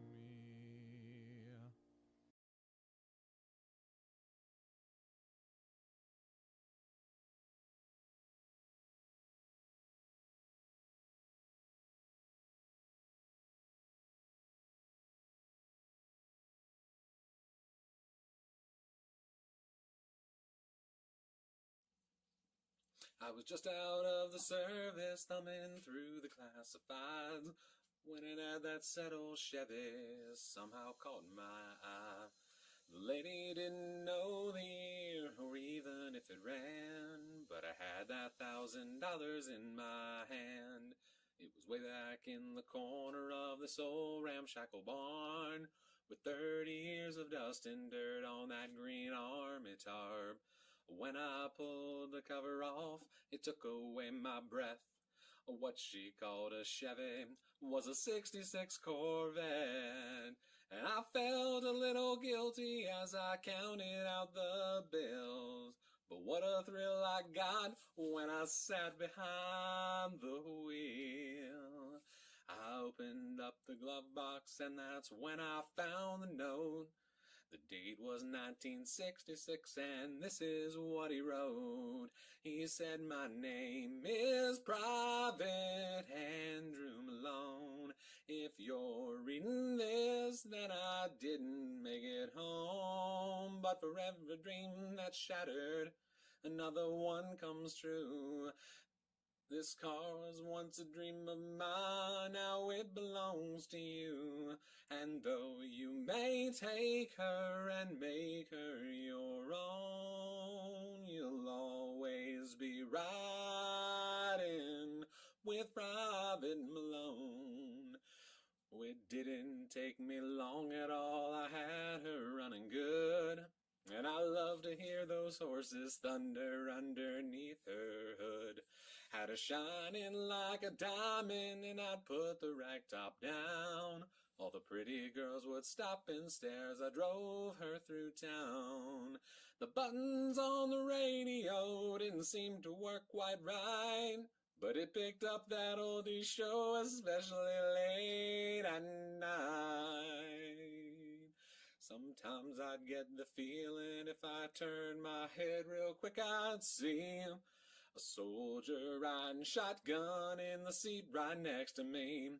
It was a young man named Private Andrew Malone, who fought for his country, then never made it home. But for every dream that's shattered, another one comes true. This car was once a dream of his back when it was new. He told me to take her and make her my own. I'm proud to be riding with Private Malone. One night it was raining hard, I took the curve too fast. I still don't remember much about that fiery crash. Someone said they thought they saw a soldier pull me out, They didn't catch his name, but I know without a doubt it was a young man named Private Andrew Malone, who fought for his country, then never made it home. But for every dream that's shattered, another one comes true. That car was once a dream of his, back when it was new. Now I know I wouldn't be here if he hadn't tagged along. Oh, thank God I was riding with Private Malone. Oh, thank God I was riding with Private Malone. There's a story that my daddy tells religiously, like clockwork every time he sees an opening in a conversation about the way things used to be. I just roll my eyes and make a beeline for the door, but I'd always end up starry-eyed, cross-legged on the floor, hanging on to every word. Man, the things I heard. Well, it was harder times and longer days, 5 miles to school uphill both ways. We were canes, wits, raised in dirt floor poor. Of course, that was back before the war. Yeah, your uncle and I made quite a pair, flying F-15s through the hostile air. He went down, but they missed me by hair. He'd always stop right there and say, well, that's something to be proud of. That's a life you can hang your hat on. That's a chin held high if the tear falls down. Gut sucked in, chest stuck out like a small town flag a-flying, or a newborn baby crying in the arms of the woman that you love. That's something to be proud of. A son graduating college, that was Mama's dream. But I was on my way to anywhere else when I turned 18. 'Cause when you got a fast car, you think you got everything. Why run quick, those GTOs don't run on faith. And I ended up broken down in some town north of LA, working maximum hours for minimum wage. Well, I fell in love, next thing I know, the babies came, the car got slow. I sure do miss that old hot rod, but you sure save gas in them foreign jobs. Dad, I wonder if I ever let you down, if you're ashamed how I turned out. Well, he lowered his voice, and then he'd raise his brow. Son, let me tell you right now, that's something to be proud of. That's a life you can hang your hat on. You don't need to make a million. Just be thankful to be working. If you're doing what you're able and putting food there on the table and providing for the family that you love, that's something to be proud of. And if all you ever really do is the best you can, well, you did it, man. That's something to be proud of. That's a life you can hang your hat on. That's a chin held high if a tear falls down. Gut sucked in, chest stuck out like a small town flag a-flying, or a newborn baby crying in the arms of the woman that you love. That's something to be proud of. Yeah, that's something to be proud of. That's something to be proud of.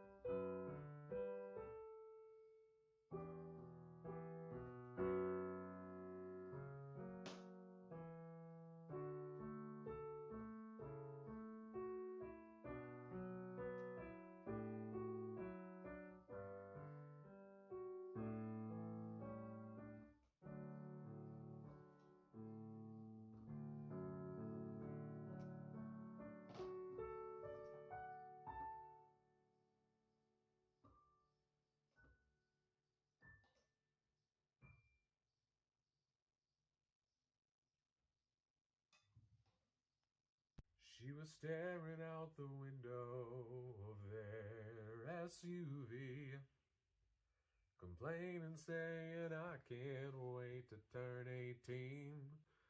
She said, I'll make my own money and I'll make my own rules. Mama put the car in park out there in front of the school. Said I was just like you. No, baby, just slow down, 'cause you're gonna miss this.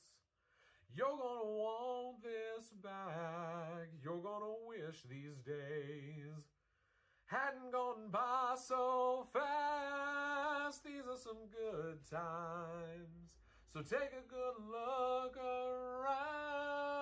You may not know it now, but you're gonna miss this.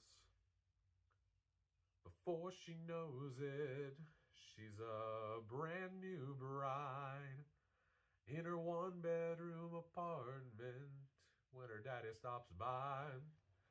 He tells her it's a nice place. She says it'll do for now. Starts talking about babies and buying a house. Daddy shakes his head. Says, baby, just slow down, or you're gonna miss this. You're gonna want this back. You're gonna wish these days hadn't gone by so fast. These are some good times, so take a good look around. You may not know it now, but you're gonna miss this. 5 years later, there's a plumber working on the water heater. Dogs barking, phone's ringing. One kid's crying, one kid's screaming, and she keeps apologizing. He says, they don't bother me. I've got 2 babies of my own. One's 36. One's 23. It's hard to believe. But you're gonna miss this. You're gonna want this back. You're gonna wish these days hadn't gone by so fast. These are some good times, so take a good look around. You may not know it now, but you're gonna miss this.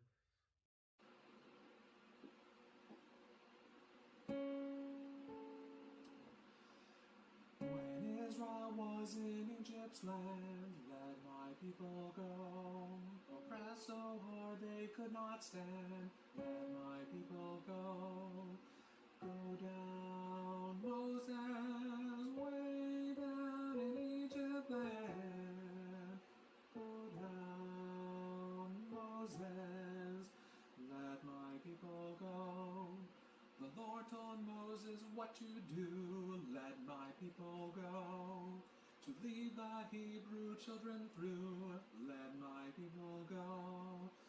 Go down, Moses, way down in Egypt's land. Tell Lord Pharaoh, let my people go. They journeyed on at his command, let my people go. And came at length to Canaan's land, let my people go. Go down, Moses, way down in Egypt land. Tell old Pharaoh, let my people go. Oh, let us all from bondage flee, let my people go. And let us all in Christ be free, let my people go. Go down, Moses, way down in Egypt's land. Tell Lord Pharaoh, let my people go.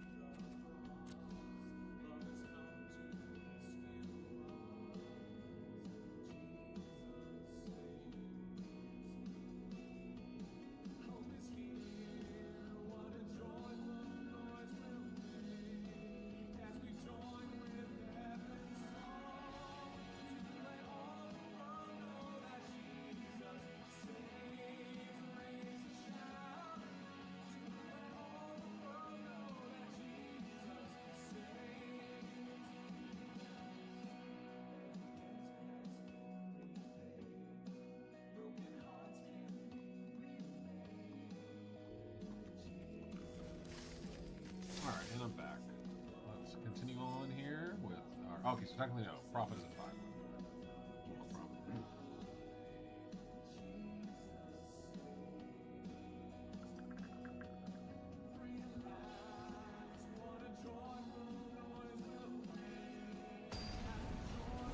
Oh, we got a bone already. Dark black.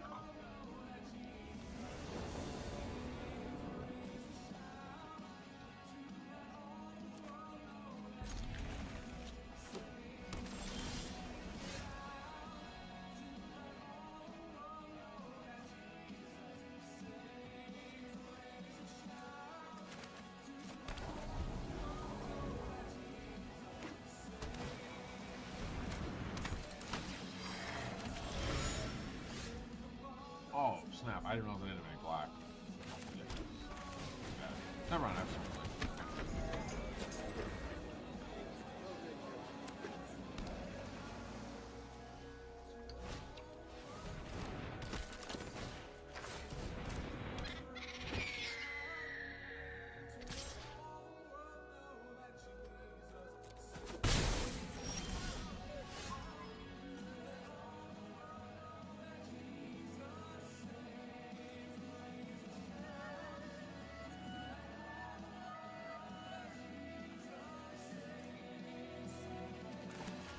I didn't want to do that.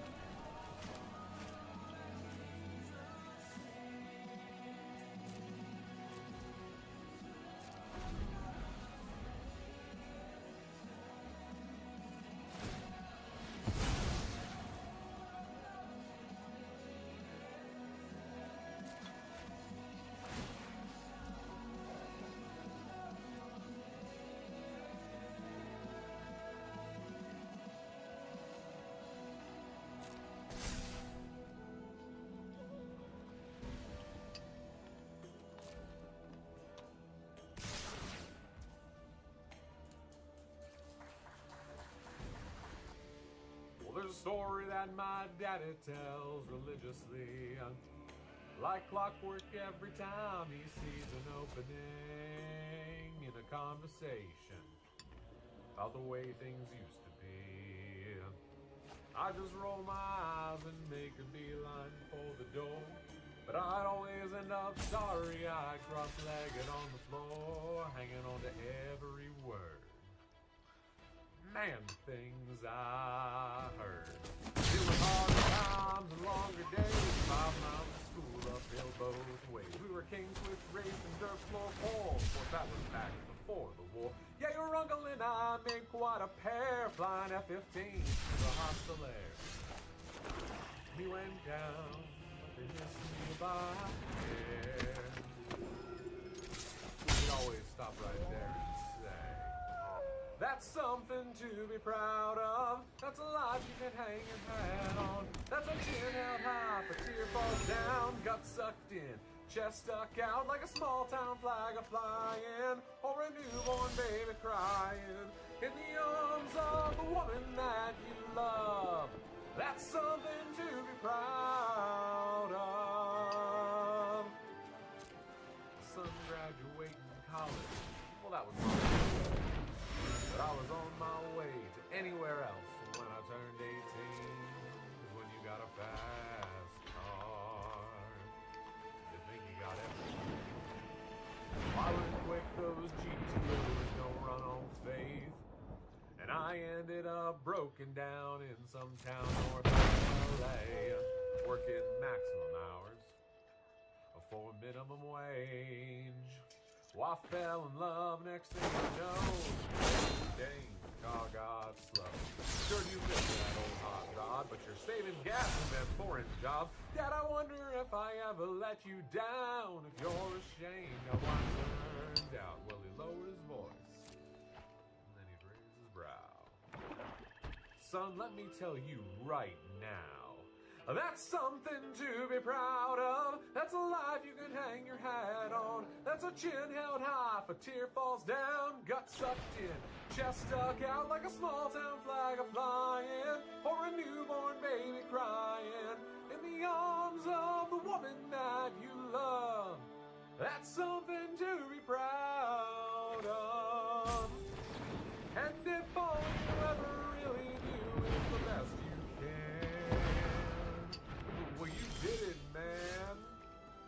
That's something to be proud of. That's a life you can hang your hat on. You don't need to make a million. Just be thankful to be working. If you're doing what you're able, putting food there on the table, and providing for the family that you love. Well, that's something to be proud of. Yeah, that's something to be proud of. That's something to be proud of. Thank you so much for listening. Recording this leading up to 31st Father's Day. Without my biological dad, we never made much of an occasion of it. Plenty of Father's Day passed, and I never even saw him. Didn't even exchange a word on the telephone, but now that I don't have that option, it dawns on me how nice it would have been to be able to reach out to him. So if you're getting this leading up to Father's Day, maybe just after Father's Day, or even the complete calendar opposite of Father's Day, I think that'd be roughly like middle of December. Reach out to your dad. Maybe you've got a rocky relationship with your bio dad. Mine personally was a little weird, but hopefully you've at least got a father figure that you can reach out to on this Father's Day, and if not on Father's Day, then just on a random day. They're gonna really appreciate hearing from you. This coming from the dad of soon to be 3-year-old and a 3-month-old, like, yeah, we want to hear from you, even if it is like a father figure. We're proud of it.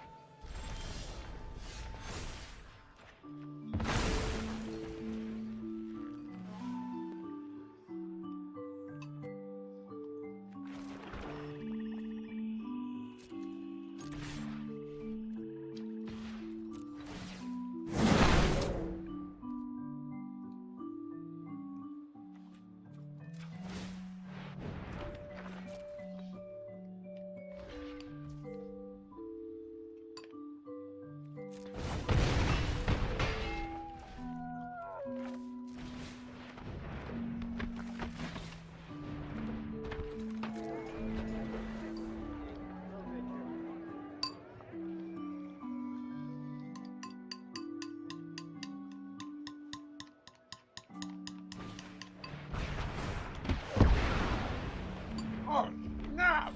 What is happening?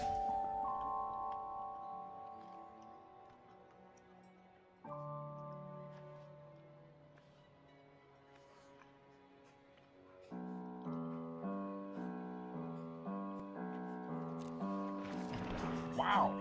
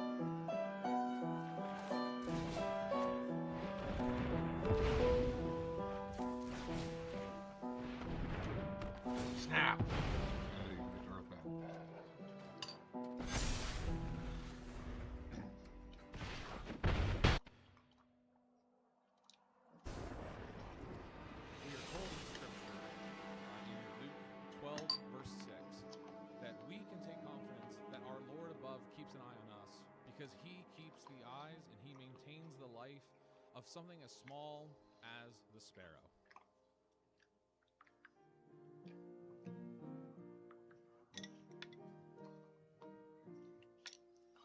Why should I feel discouraged? Why should the shadows come? Why should my heart be lonely and long for heaven and home? When Jesus is my portion, my constant friend is he. His eye is on the sparrow, and I know he watches me. His eye is on the sparrow, and I know he watches me.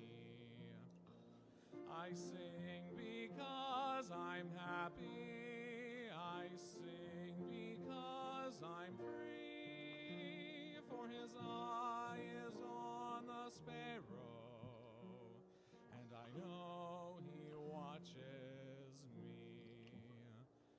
Let not your heart be troubled. His tender words I hear, and resting on his goodness, I lose my doubt and fear.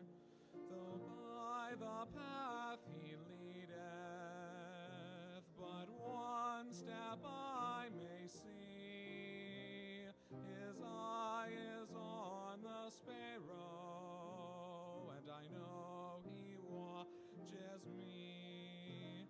His eye is on the sparrow, and I know he watches me.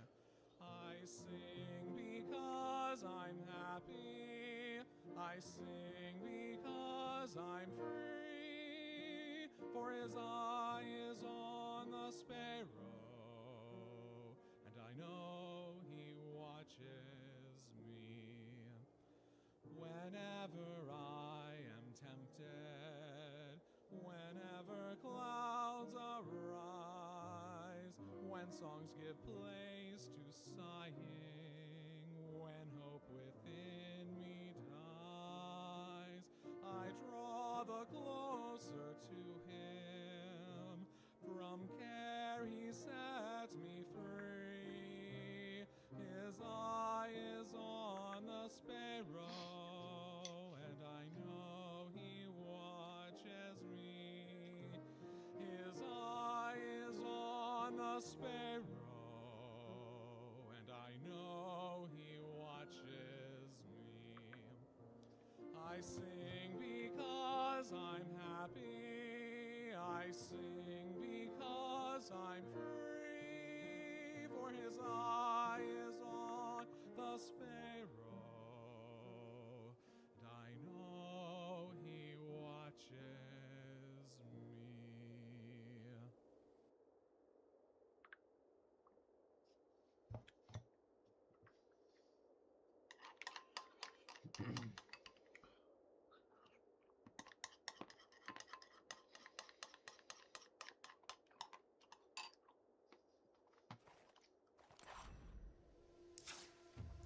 I was just out of the service, thumbing through the classifieds, when it had that sad old Chevy somehow caught my eye. The lady didn't know the year or even if it ran, but I had that $1,000 in my hand. It was way back in the corner of this old ramshackle barn, with 30 years of dust and dirt on that green army tarp. When I pulled the cover off, it took away my breath. What she called a Chevy was a '66 Corvette, and I felt a little guilty as I counted out the bills. But what a thrill I got when I sat behind the wheel. I opened up the glove box, and that's when I found the note. The date was 1966, and this is what he wrote. He said, "My name is Private Andrew Malone. If you're reading this, then I didn't make it home. But for every dream that's shattered, another one comes true. This car was once a dream of mine, now it belongs to you. And though you may take her and make her your own, you'll always be riding with Private Malone. It didn't take me long at all, I had her running good. And I love to hear those horses thunder underneath her hood. Had her shining like a diamond, and I'd put the rag top down. All the pretty girls would stop and stare as I drove her through town. The buttons on the radio didn't seem to work quite right, but it picked up that oldie show, especially late at night. Sometimes I'd get the feeling if I turned my head real quick I'd see a soldier riding shotgun in the seat right next to me. It was a young man named Private Andrew Malone, who fought for his country, then never made it home. But for every dream that's shattered, another one comes true. This car was once a dream of his, back when it was new. He told me to take her and make her my own. I'm proud to be riding with Private Malone. One night it was raining hard, I took the curve too fast. I still don't remember much about that firing crash. Someone said they thought they saw a soldier pull me out. They didn't catch his name, but I know without a doubt it was a young man named Private Andrew Malone, who fought for his country, then never made it home. But for every dream that's shattered, another one comes true. That car was once a dream of his, back when it was new. Now I know I wouldn't be here if he hadn't tagged along. Oh, thank God I was riding with Private Malone. Oh, thank God I was riding with Private Malone. There's a story that my daddy tells religiously, like clockwork every time he sees an opening in a conversation about the way things used to be. I just roll my eyes and make a beeline for the door, but I'd always end up starry-eyed, cross-legged on the floor, hanging on to every word. Man, the things I heard. Well, it was harder times and longer days, 5 miles to school uphill both ways. We were Cane's wits raised in dirt floor poor. Of course, that was back before the war. Yeah, your uncle and I made quite a pair, flying F-15s through the hostile air. He went down the next we stop right there and say, well, that's something to be proud of. That's a life you can hang your hat on. That's a chin held high if a tear falls down. Gut sucked in, chest stuck out like a small town flag a-flying, or a newborn baby crying in the arms of the woman that you love. That's something to be proud of. A son graduating college, that was mama's dream. But I was on my way to anywhere else when I turned 18. Cause when you got a fast car, you think you got everything. Why? Those GTOs don't run on faith. And I ended up broken down in some town north of LA, working maximum hours for minimum wage. Well, I fell in love, next thing I know, the babies came, the car got slow. I sure do miss that old hot rod, but you sure save gas in them foreign jobs.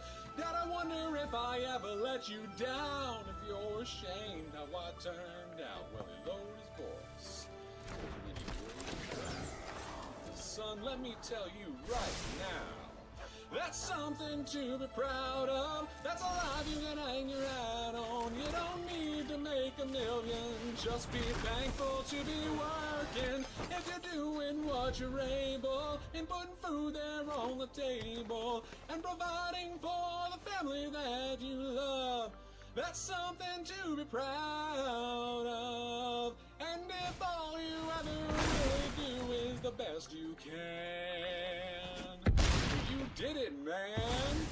That's something to be proud of. That's a life you can hang your hat on. That's a chin held high, if a tear falls down, gut sucked in, chest stuck out like a small town flag a flying. Well, what can you or do? a newborn baby crying. 4 wins is still in decent. the arms of the woman that you love. That's something to be proud of. Yeah, that's something Still performing to better be than. proud So these are all of my of. Avatar: The Last Airbender. Or if I you can go to summary. That's something to be proud And of. ouch! My premier win rate in Avatar is rough compared to some other sets that I've done.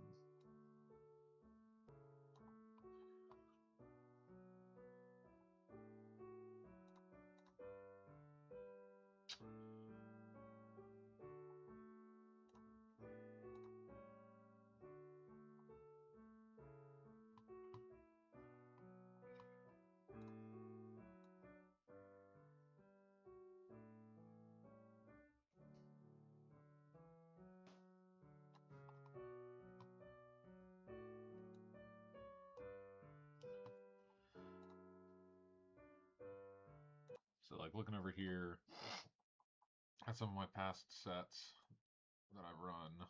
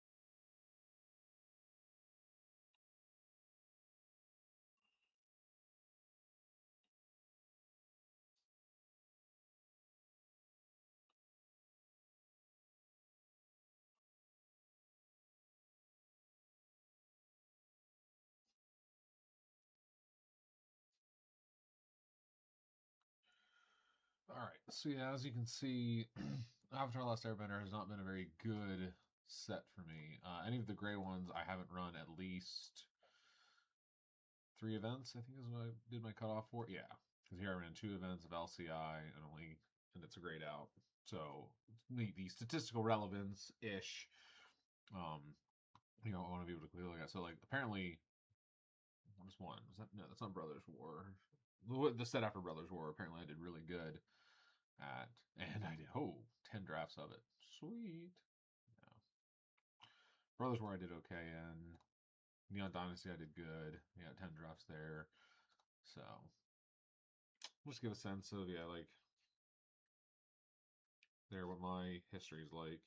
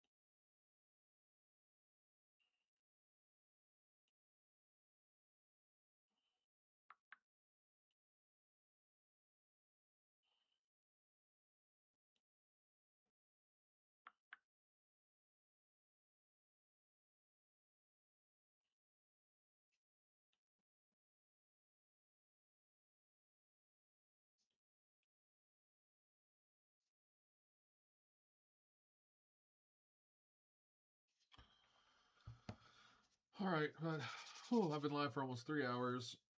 No one's talking to me in the chat, so I'm going to focus on other things for the time being. Appreciate y'all.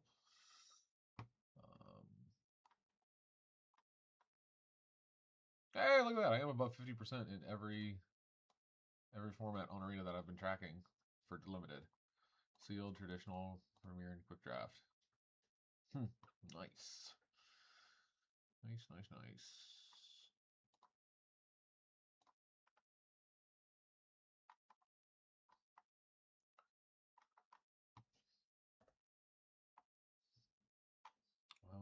Anything else about down? Your breakdown.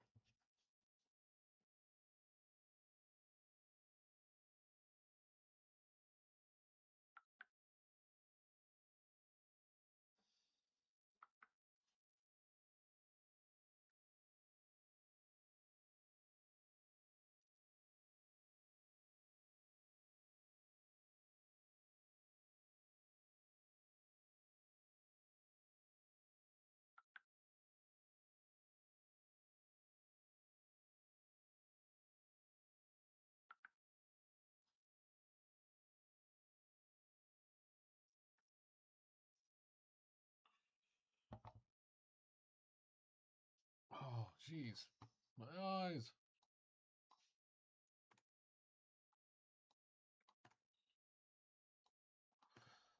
Yeah, I don't know why I did it that way. That was kind of dim. Dim, dum, dum, da, dum, dum, da, dum, dum, dum.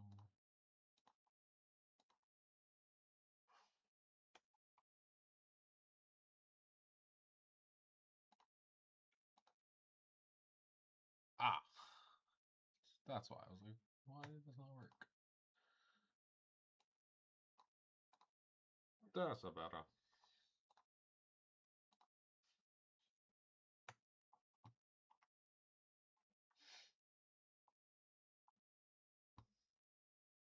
All right. Oh, hold on. That's right.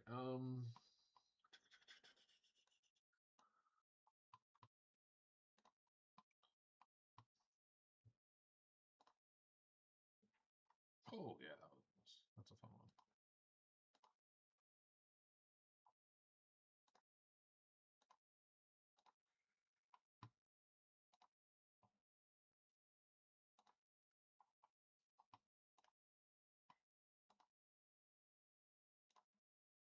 Okay, so there we have it. I went 4-3 with Mardu. It was just sort of Mardu Value Town. Nothing really special about the name. No real special rares. I mean, there was that one really good rare that you can tap allies to exile cards. That dude was a beast. But let's crack some packs and see what we get. Claim my 3 packs, my gems. Oh wait, do I still have store? Because now I can, because I still have draft tokens. Still have 2, yeah, so I can actually get, yes, I got claims. Sweet.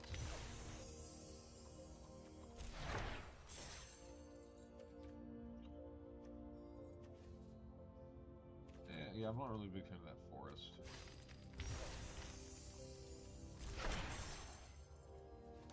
Don't have any.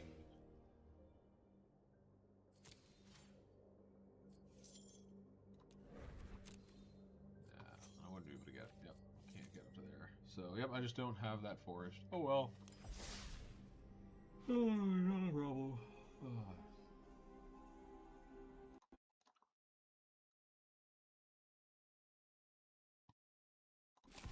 So 4 packs to open. Let's see what I get.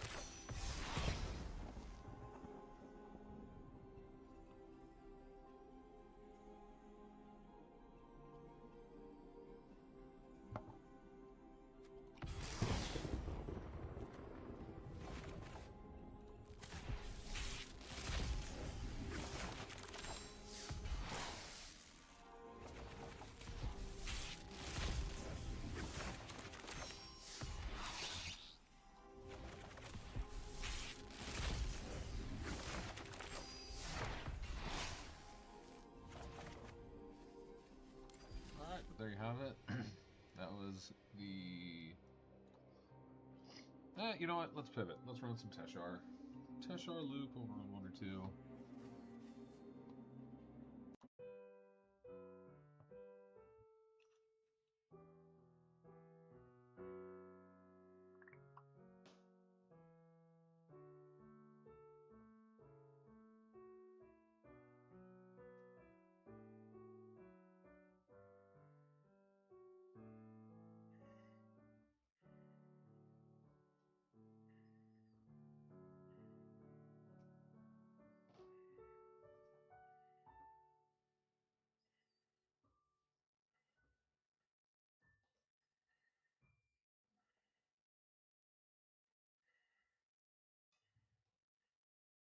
She was staring out the window of their SUV, complaining, saying, I can't wait to turn 18. She said, I'll make my own money and I'll make my own rules. Mama put the car in park out there in front of the school.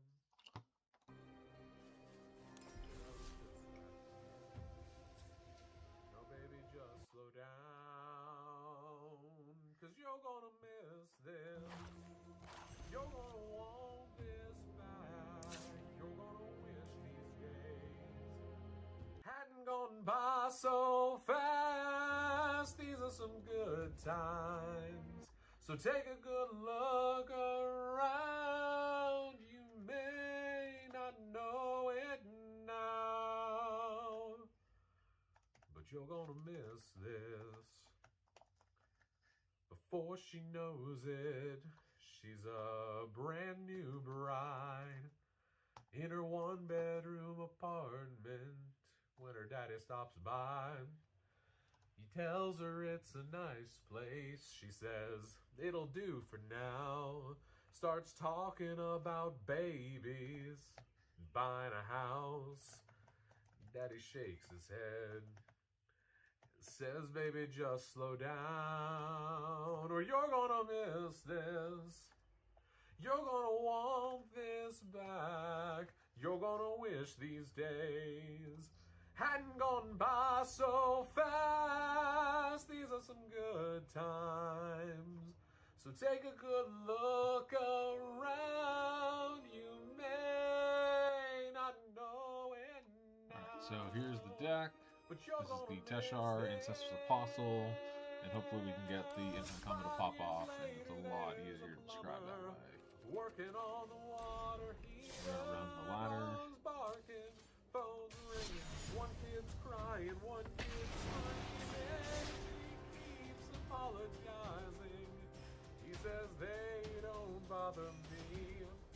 I've got 2 babies of my own.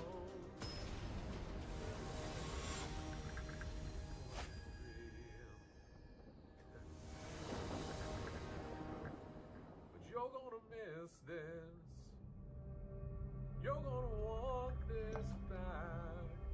You're gonna wish these days hadn't gone by so fast. These are some good times.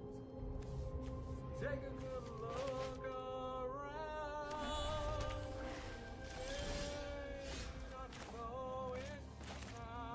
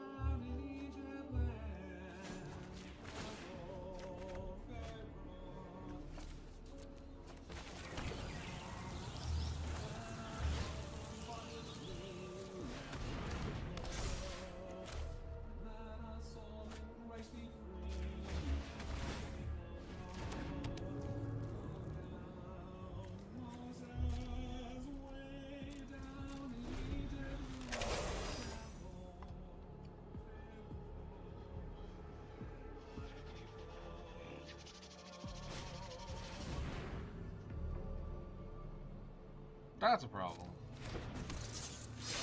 Little bit.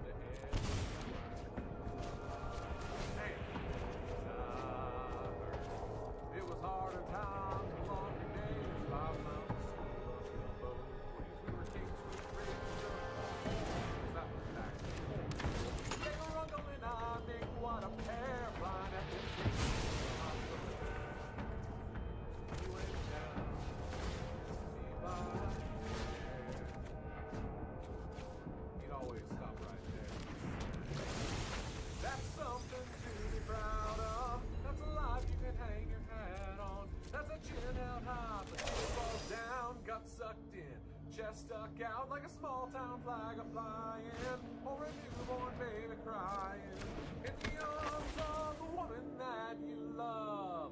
That's something to be proud of. Well, that was Mama's dream, but I was on my way anywhere else. You got a fast car, and think you got everything. While in the wake those GTOs go on faith, and I ended up broken down in some town north of LA, working maximum minimum wage. Well, I fell in love, next thing I know, sure you missed that old hot rod, you're saving gas in that foreign job.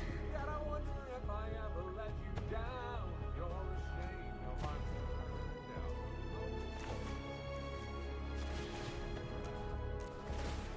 Son, let me tell you right now, that's something to be proud of. That's a life you can hang your hat on. That's a chin down high, the tear falls down. Got succeed, just stuck out like a small town flag flying, or a newborn baby crying in the arms of the woman that you love.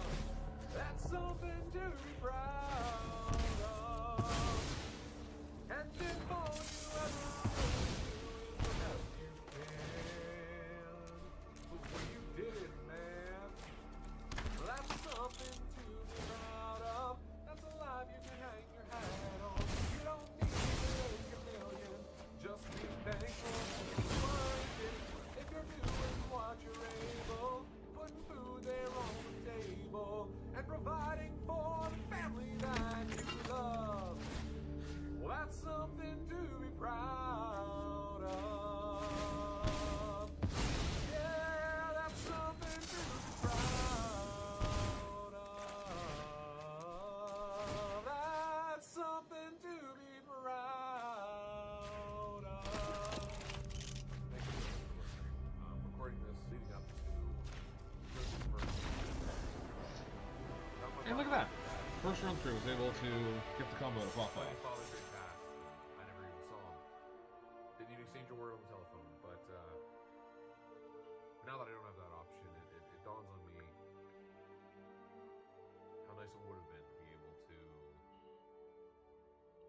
reach out a little more often. So if you're seeing this, maybe leading up to Father's Day, maybe just after Father's Day, or even the complete calendar opposite of Father's Day. Oh, my brain's trying to do that math. I think that'd be roughly like middle of December. Reach out to your dad. Maybe you've got a rocky relationship with your bio dad. Mine personally was, a little weird, but hopefully you've at least got a father figure that you can reach out to on this Father's Day, and if not on Father's Day, then just on a random day. They're going to really appreciate hearing from you. This coming from a dad of a soon-to-be 3-year-old and a 3-month-old, like, yeah, we want to hear from you. And even if it is, like I said, a father figure, we're proud of you. Keep it up.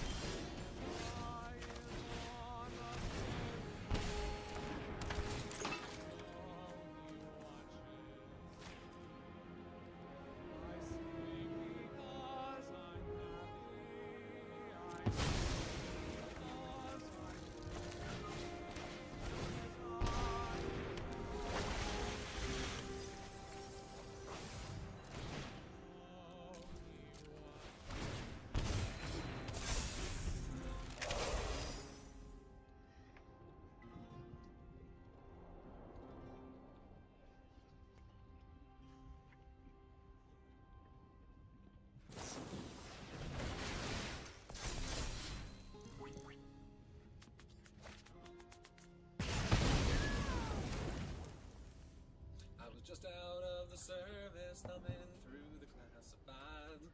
When it had that set old Chevy, somehow the lady didn't know me even then, but I had that $1,000. It was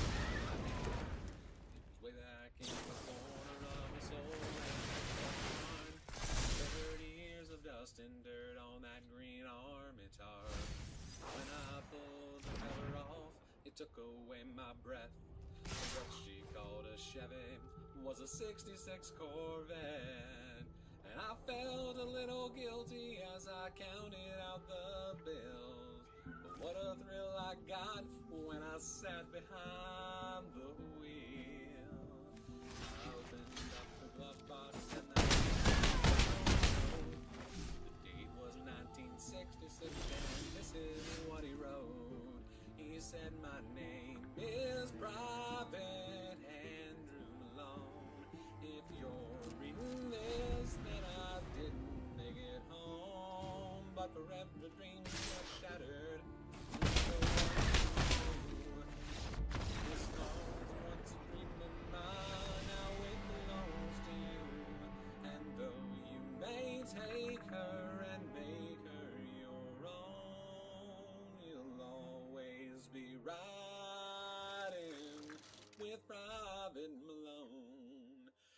It didn't take me long at all, I had her running good. And I love to hear those horses thunder underneath her hood. Had her shining like a diamond and I'd put the rag top down. All the pretty girls would stop and stare as I drove her through town. The buttons on the radio didn't seem to work quite right, but it picked up that oldie show, especially late at night. Sometimes I'd get the feeling if I turned my head real quick I'd see a soldier riding shotgun in the seat right next to me. It was a young man named Private Andrew Malone, who fought for his country, then never made it home. But for every dream that's shattered, another one comes true. This car was once a dream of his back when it was new. He told me to take her and make her my own. I'm proud to be riding with Private Malone. One night it was raining hard, I took the curve too fast. I still don't remember much about that fiery crash. Someone said they thought they saw a soldier pull me out.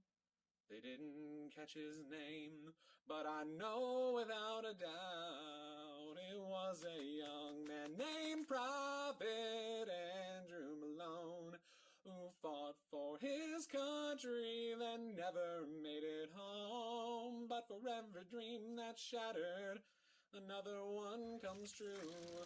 That car was once a dream of his back when it was new.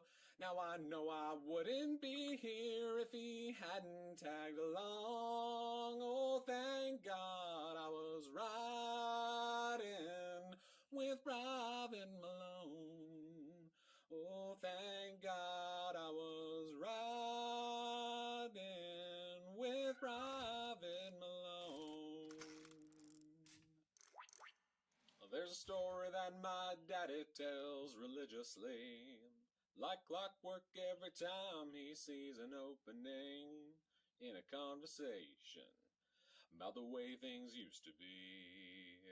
I just roll my eyes and make a beeline for the door, but I'd always end up starry-eyed, cross-legged on the floor, hanging on to every word. Man, the things I heard. Well, it was harder times and longer days, 5 miles to school uphill both ways. We were canes, wits raised and dirt floor poor. Of course, that was back before the war. Yeah, your uncle and I made quite a pair, flying F-15s through the hostile air. He went down, but they missed me by hair. He'd always stop right there and say, Well, that's something to be proud of. That's a life you can hang your hat on. That's a chin held high if the tear falls down. Gut sucked in, chest stuck out like a small town flag a flying, or a newborn baby crying in the arms of the woman that you love. That's something to be proud of. A son graduating college, that was mama's dream. But I was on my way to anywhere else when I turned 18. 'Cause when you got a fast car, you think you got everything. Why run quick, those GTOs don't run on faith.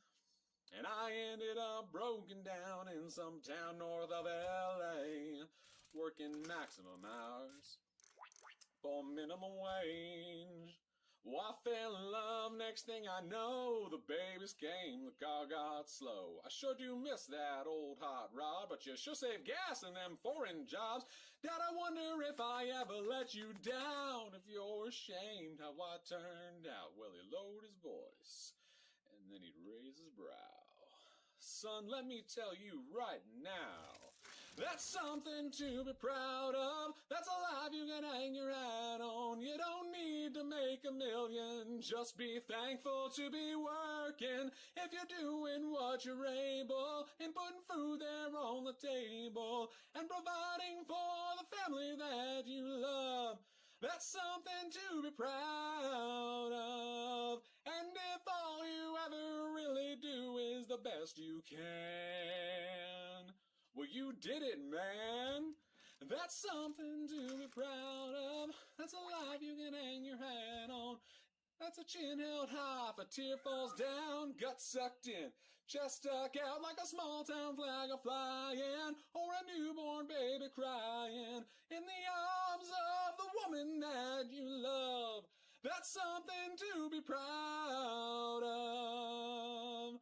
Yeah, that's something to be proud of. That's something to be proud of.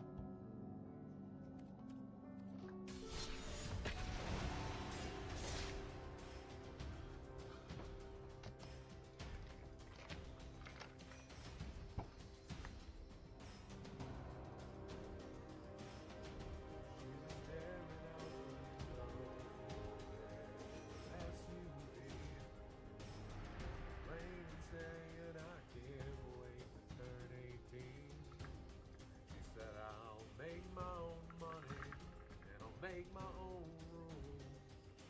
Mama put the car in the park out there in front of the school. I was just like, now baby, just slow down, 'cause you're gonna miss this. You're gonna want this back. You're gonna wish these days hadn't gone by so fast. Times. So take a good look around. No, one side of the.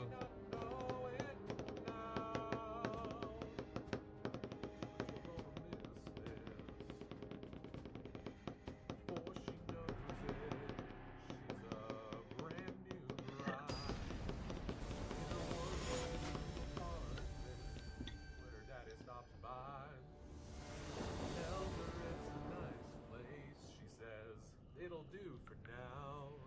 starts talking about babies, buying a house. Daddy shakes his head, says, baby, just slow down, or you're gonna miss this. You're gonna want this back. You're gonna wish these days hadn't gone by so fast. These are some good times, so take a good look around. You may not know it now, but you're gonna miss this. 5 years later, there's a plumber working on the water heater. Dogs barking, phones ringing, one kid's crying, one kid's screaming, and she keeps apologizing. He says, they don't bother me. I've got 2 babies of my own. One's 36, one's 23. Ugly. But you're gonna miss this. You're gonna want this back. You're gonna wish these days hadn't gone by so fast. These are some good times. Take a good look around.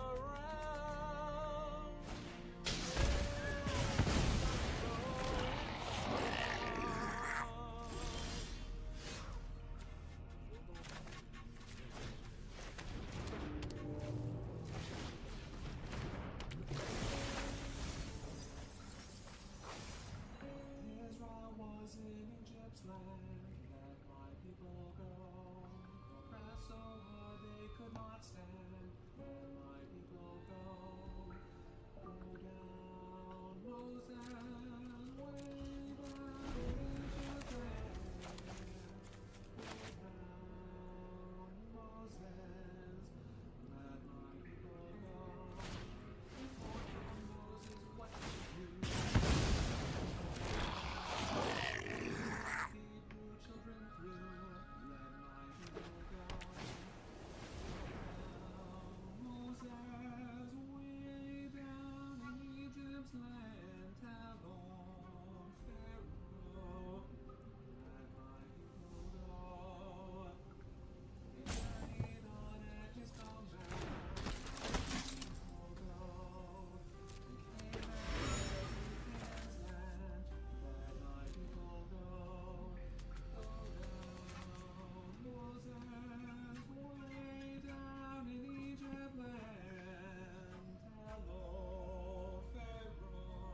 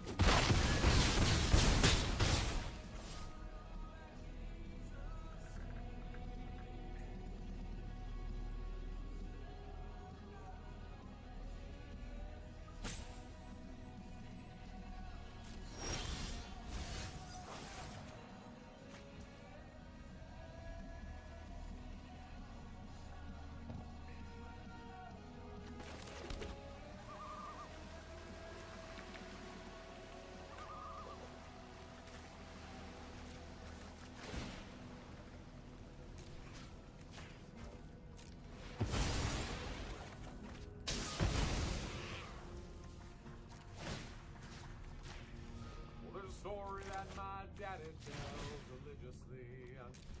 Like clockwork every time he sees an opening in a conversation about the way things used to be. I just roll my eyes and make a beeline for the door, but I'd always end up starry-eyed, cross-legged on the floor.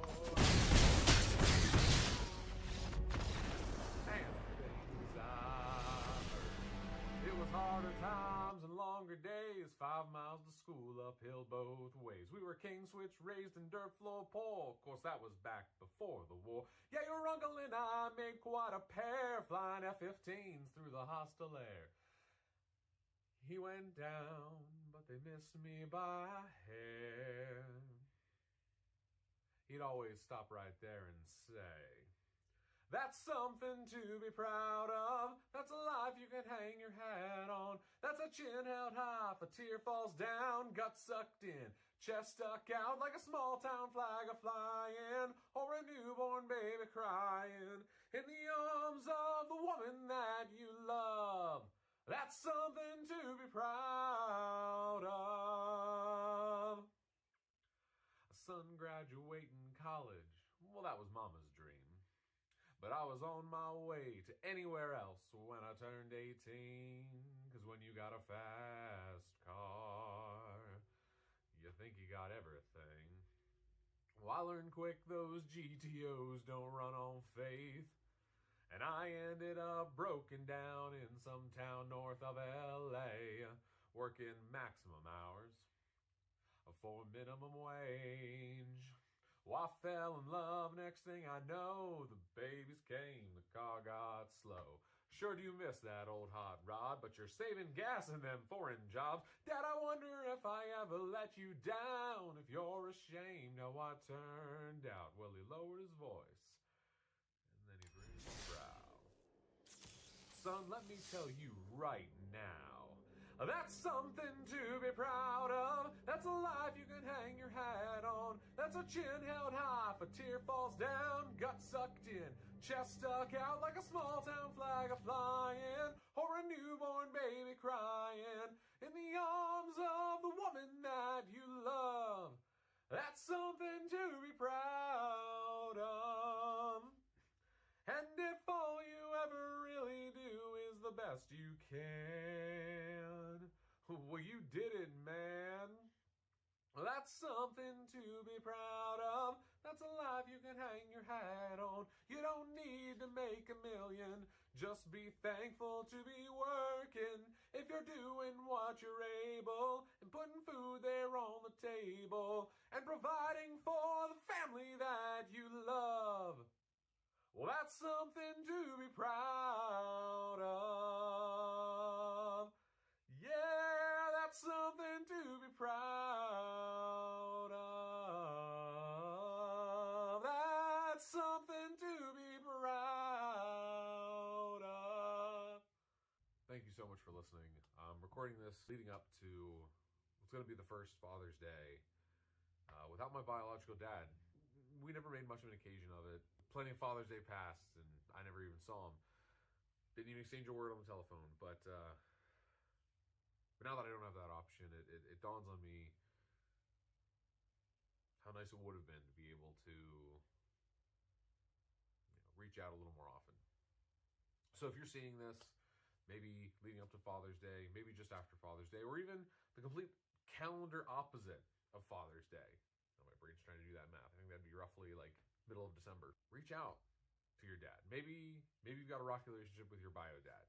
Mine personally was a little weird, but hopefully you've at least got a father figure that you can reach out to on this Father's Day, and if not on Father's Day, then just on a random day. They're gonna really appreciate hearing from you. This coming from a dad of a soon-to-be 3-year-old and a 3-month-old. Like, yeah, we want to hear from you, and even if it is, like I said, a father figure, we're proud of you. Keep it up.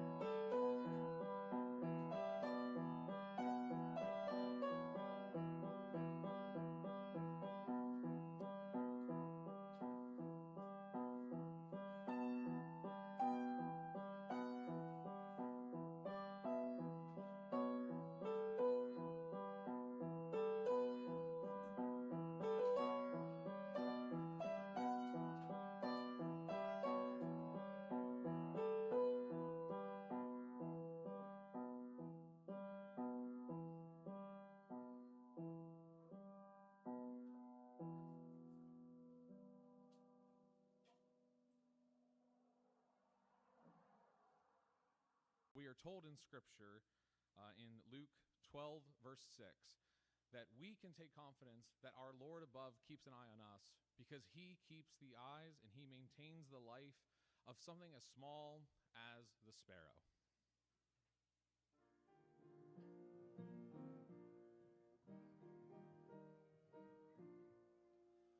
Why should I feel discouraged? Why should the shadows come? Why should my heart be lonely and long for heaven and home? When Jesus is my portion, my constant friend is he. His eye is on the sparrow, and I know he watches me. His eye is on the sparrow, and I know he watches me. I sing because I'm happy. I sing because I'm free. For his eye is on the sparrow, and I know he watches me. Let not your heart be troubled. His tender words I hear, and resting on his goodness, I lose my doubt and fear.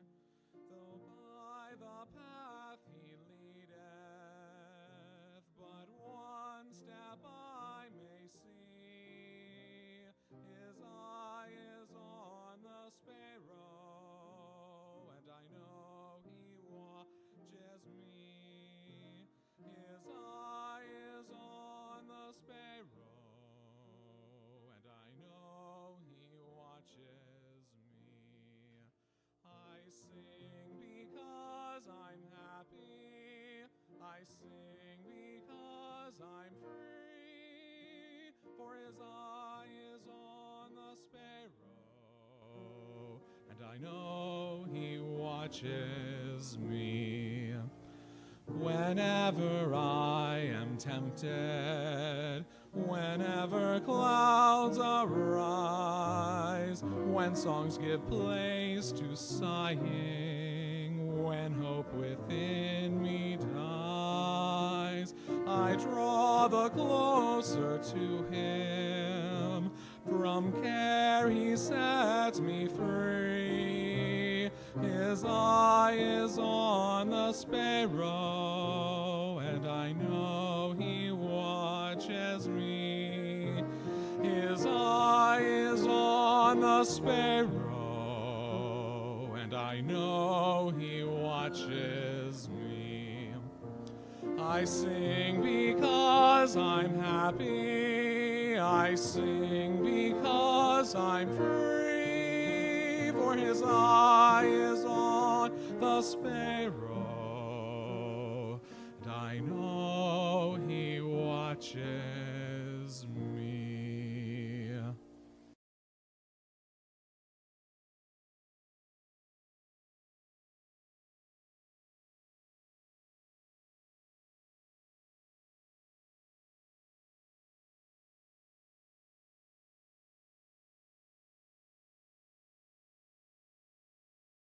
Well, there's a story that my daddy tells religiously.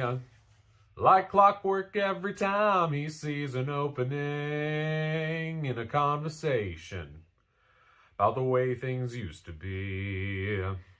I just roll my eyes and make a beeline for the door, but I'd always end up starry-eyed, cross-legged on the floor, hanging on to every word.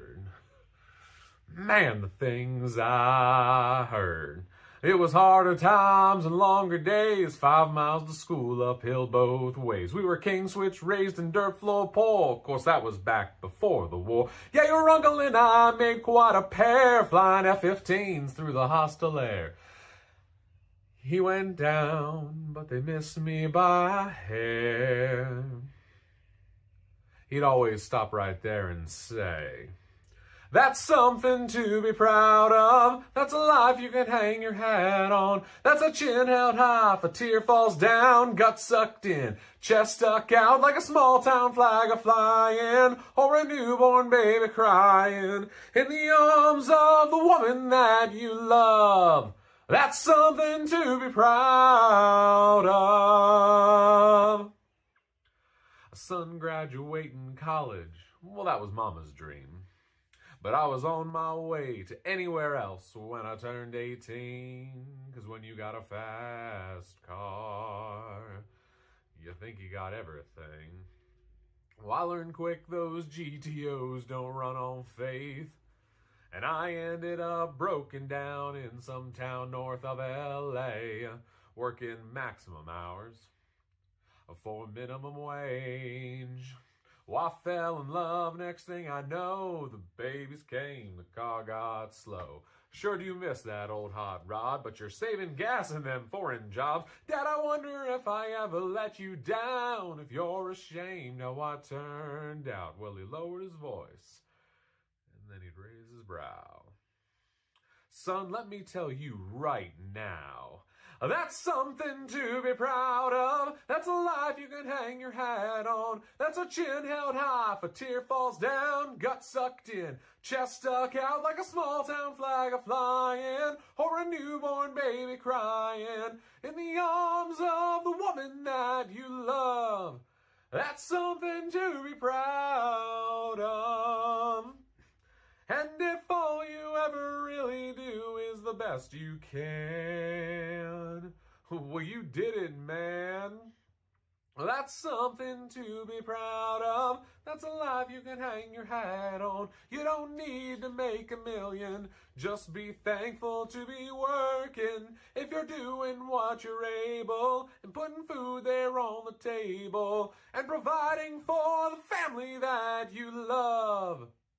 Well, that's something to be proud of. Yeah, that's something to be proud of. That's something to be proud of. Thank you so much for listening. I'm recording this leading up to what's going to be the first Father's Day without my biological dad.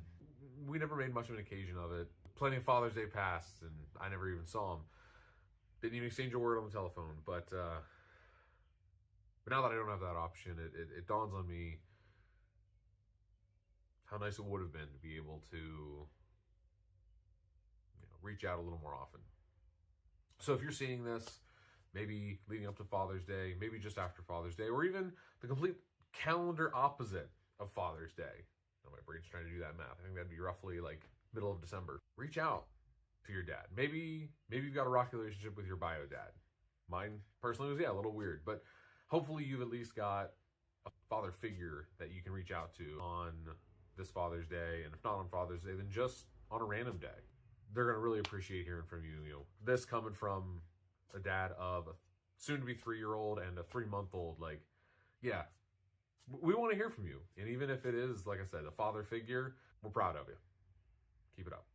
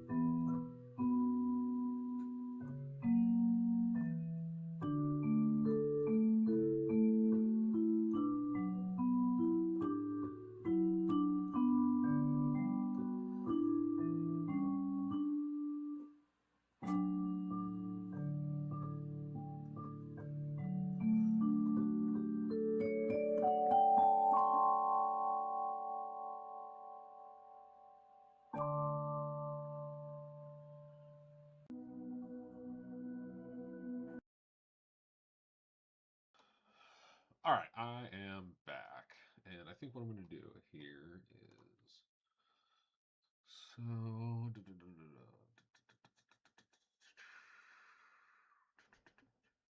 up a new scene. This is going to be music focused.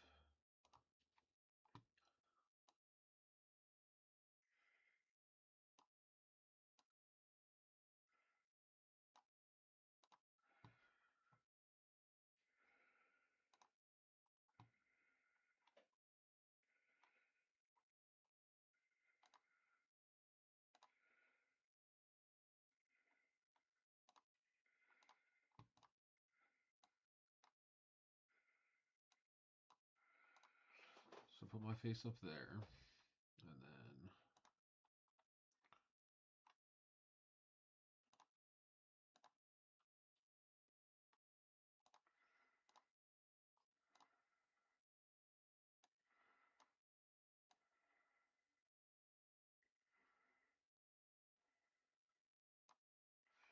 put that there.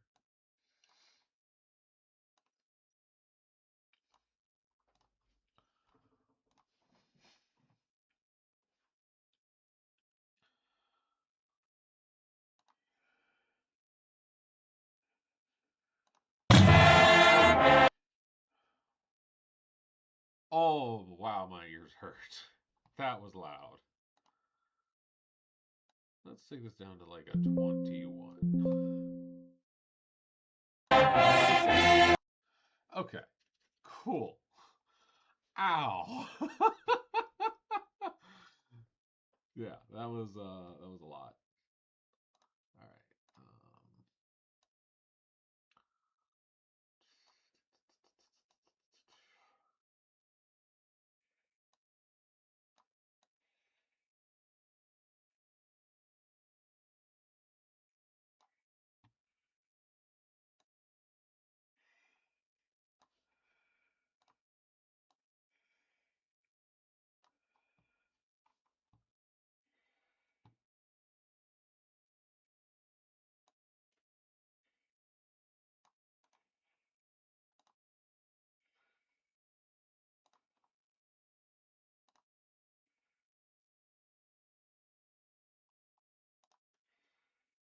Okay.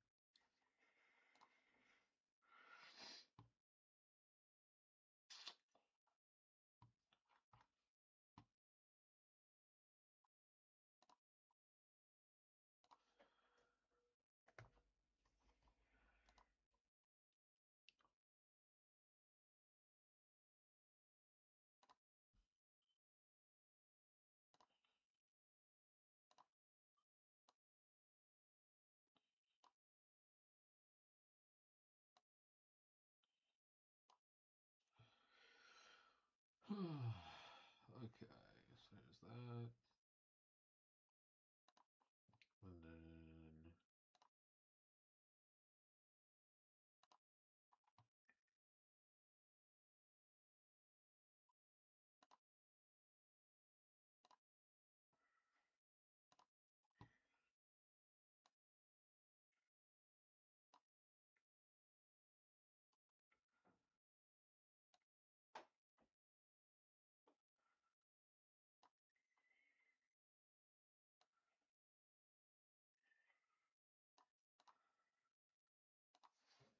okay, cool. So we got view count, we got chat.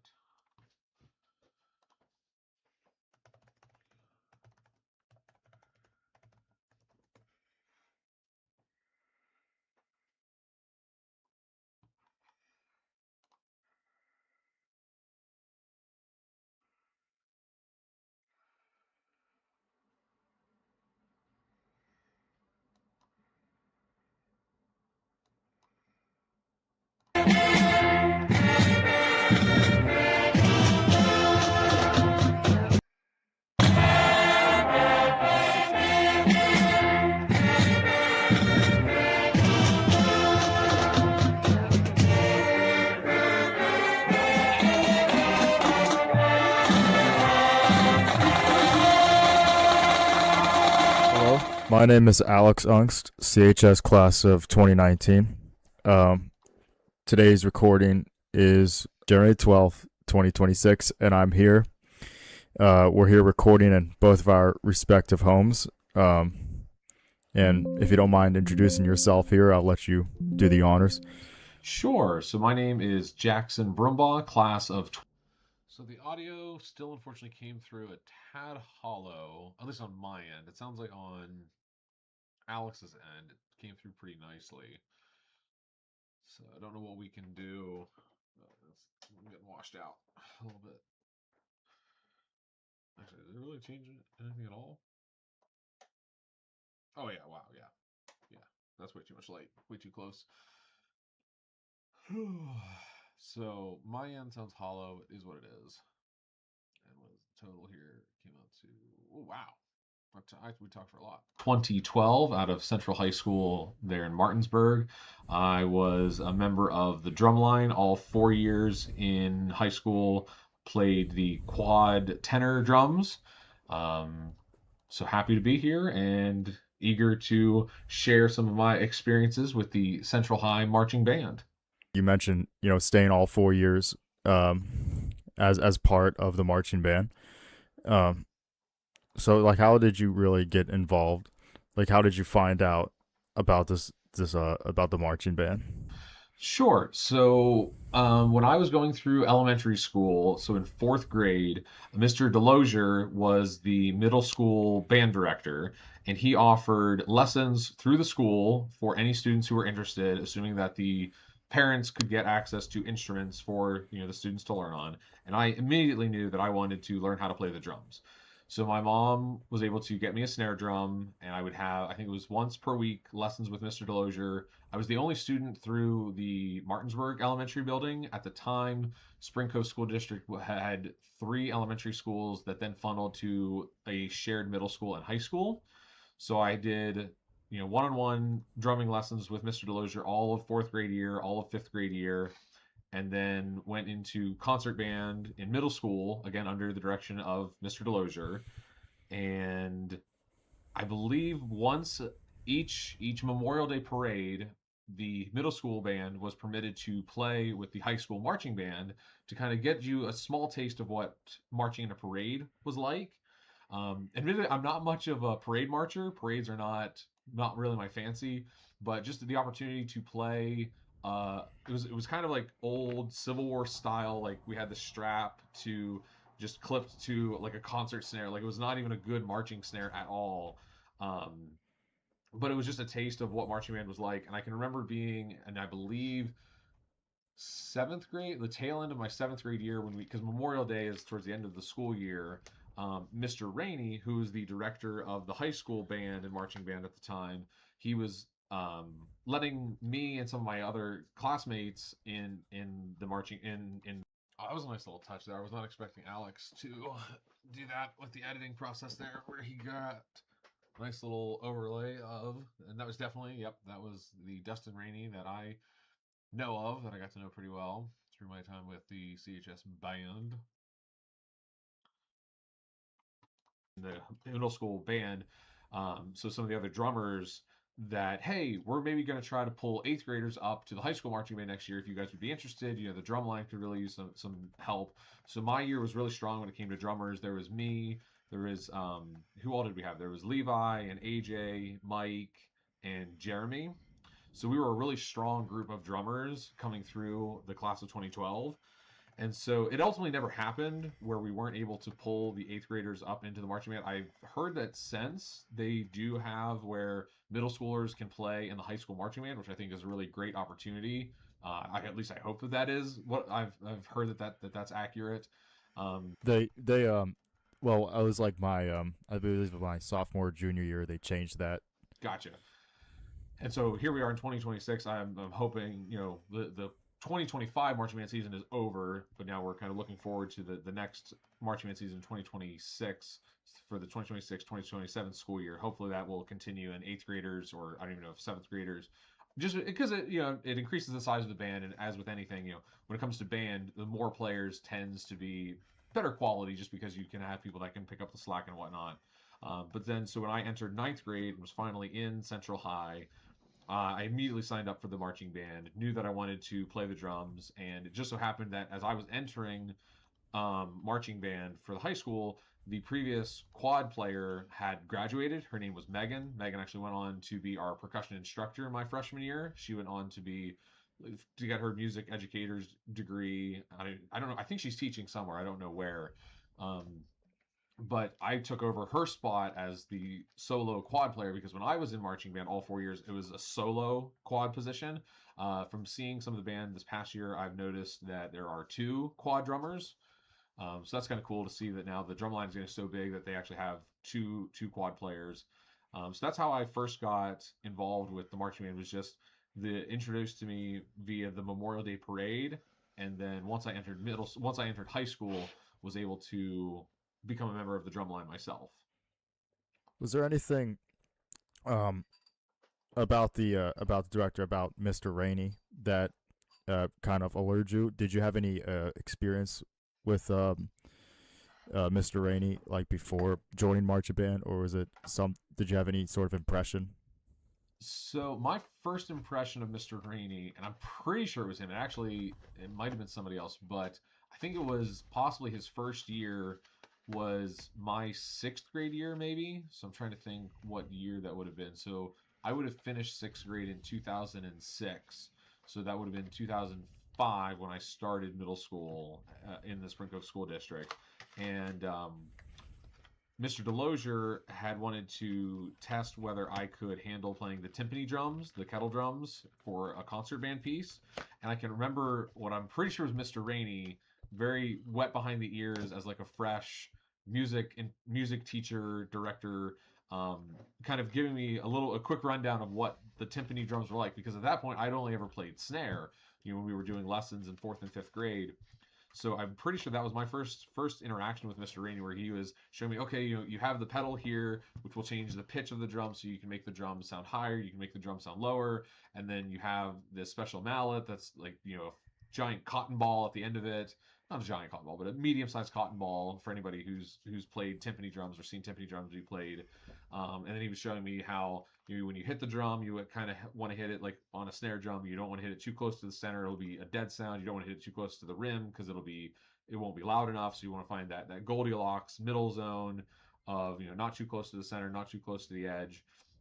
So that was my first interaction with Mr. Rainey, assuming that is a correct memory. But other than that, no, it was just getting into high school and having him be both my concert band director and my marching band director, and getting to know him that way of being we didn't have section leaders when I was in marching band all 4 years, but you kind of had de facto section leaders just because you knew who was maybe the strongest player. And being the solo quad player, I think I kind of was maybe the de facto leader of my drum line. Not as like a freshman and sophomore, but I think as some of the older classes were graduating away, and when I was in like my junior and senior year, I was more kind of purview to the inner circle of like going back into Mr. Rainey's office and getting to see some of the discussions about what shows we were going to be doing next year. As the school year died down, the talks of what the next year's marching band show is going to be. So I always had a good impression of Mr. Rainey. He was very, very personable, very likable. I think he was very talented musically. So that's definitely what comes to my mind when I think of Mr. Rainey. Or there was another very fond memory. He performed for Cove's Got Talent that him and the choir director Janelle Parker had organized, and he did the song. There's an original from his band called Spoon Chatter. You can actually find it on Spotify, or I think even on YouTube Music. It was a song called Einstein, and this just sort of goes to show you just how much of like an earworm it is. Like to this day, here we are.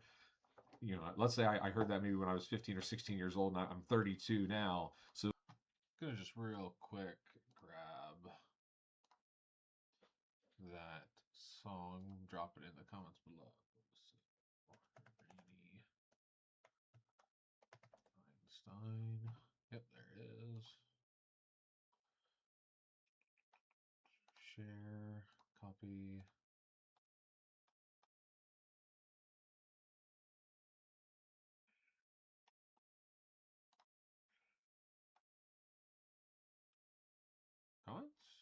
he turn off comments? I'm confused. Why is there no comments?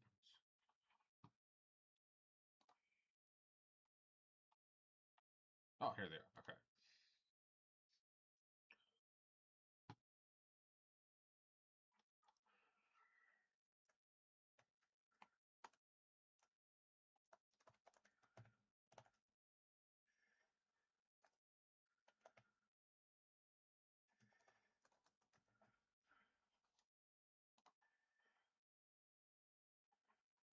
So like 17 years later, I can still remember like the melody line to that song Einstein. Now, you mentioned something about like not really having any sort of section leaders at the time of the band. Would you would there still be like certain people that would take charge, and if it was like smaller sections, would there be like span several different you know, instrument groups? Like would you, as like say the quads, would you go and like be the leader of like other drums, or like maybe even of certain wood wind instruments, like something of that nature? So when we were in band camp, so we would have about a week and a half long band camp before the school year started. So right around like the second week of August, band camp would begin. And with the drum line, I can always remember we had a percussion instructor, or at least I know, like I had mentioned, Megan was our percussion instructor, I think, for at least my freshman year. She might have also been for our sophomore year. So when we broke off into sectionals, Megan was the one who took charge and helped. She was the one who would click on the wood, the Glock, for us to keep time as a metronome. Would kind of say, "Hey guys, we're going to go over this piece. We're going to go over this section of the piece. We're going to work on this." And she'd be the one kind of working with the bass line or with snares if they were kind of having trouble. Or of course with any kind of high schoolers, you can imagine there's some tomfoolery going on and difficulty focusing. So it was sort of her job to rein us in and keep us focused. But I want to say my like junior and senior year, we didn't even have a percussion instructor. It was just sort of a, hey, we're going to break into sectionals, and it was just organized chaos as to whether work was actually being done. I can remember a lot of, I believe it was a game called Ninja being played. I don't know if you guys kept that tradition alive, because like you said, you were class of what, 2019, I think, Alex, you said? Yep. So Yep, and I do remember that game. yeah, so you'd have where the goal was to karate chop somebody else's either hand or wrist to remove that arm from play, and then you would take turns going around the circle, and it was a very fun game to be played. Something I haven't played since my senior year in high school, so that would be now 14 years ago. But that definitely sticks out as we would break off into sectionals, and when we should have been practicing, I think there's one particular individual, Adam. He was a bass drummer. He was quite the character. You never really could tell what sort of random nonsense would come forth from his mouth. He would just, anything that came to mind, he would say. And I can remember, like, at one point he must have found it online, because I don't think this is original of him. We're sitting there at practice, and he just randomly raised his hand, and so Mr. Rainey's like, "All right, what you got for us, Adam?" And Adam's like, well, hey, if tomatoes are a fruit, does that make ketchup a smoothie? And that, of course, nowadays is like an internet meme. But at the time, I think he had found it before anybody else had, at least within the Central High Marching Band. So we're all like, "Whoa, dude! Like, what are you? Where did you get that piece of information?" But that was just kind of the type of person Adam was. So we'd be going off into sectionals, and he'd be like organizing like a quick game of Ninja instead of actually playing, or he'd be like chatting away when we should have been practicing. So there was definitely just, no, I wouldn't even call it organized chaos. It was just pure chaos when you don't have a percussion instructor to really rein in the raw energy of high schoolers on a drum line. Would Mr. Rainey ever get strict about that? Would he say no games at this time, or No, would there so ever be a time? I don't even know what he was up to. So like when we would break off into like woodwinds, brass, drumline, I don't even know, because I don't even really remember him like popping his head in on the drumline. I think we typically would go over to either the choir room or on stage as our little practice section. Because typically like a typical band camp day, if I remember correctly, would be field practice in the morning before the sun got too hot. and then we'd maybe do field practice for like 2 or 3 hours. We would come down off the field, off the hill, because you would go up kind of like where, like across, like catty corner from Bean Hill. So you'd walk up the hill, you do field practice, or you do like drill practice to kind of get your 8 to 5 steps in. Because the first day or two you have to kind of get the rookies up to speed. Your freshmen, they don't know what 8 to 5 is. They don't. You're trying to teach them roll stepping. So you're trying to like basically get them the basics. And so for the upperclassmen, your sophomores, your juniors, your seniors, it was kind of like an easy day or two where you're just going through the motions of having to repeat all of that fundamental basics. And then so we would do 2 to 3 hours of up on the hill. We'd come down, we'd have lunch, and then, or I think we would do sectionals for maybe like an hour before lunch, and then after lunch we would go back up on the hill, and then we would come back down off the hill, and we would come together as an entire band to like run through, we're going to do the first movement as a band. Let's, start from the top. Let's see how far we can get. So that was like a typical band camp day for my 4 years of marching band. So when we broke off into sectionals, Mr. Rainey like never even really popped his head in during that like 1 or 2 hours when we were doing sectionals. I don't know if maybe he was popping his head in or leading maybe like the brass or the woodwind section, or even, I don't know. So who would have been the conductors so my freshman year, it was a young lady named Genevieve. I think Genevieve, that was just my freshman year. And I think my sophomore year, he was a drummer. I don't even think he wasn't even a drum. He never even joined drumline. Rainey was able to pull him in as the marching band director or conductor.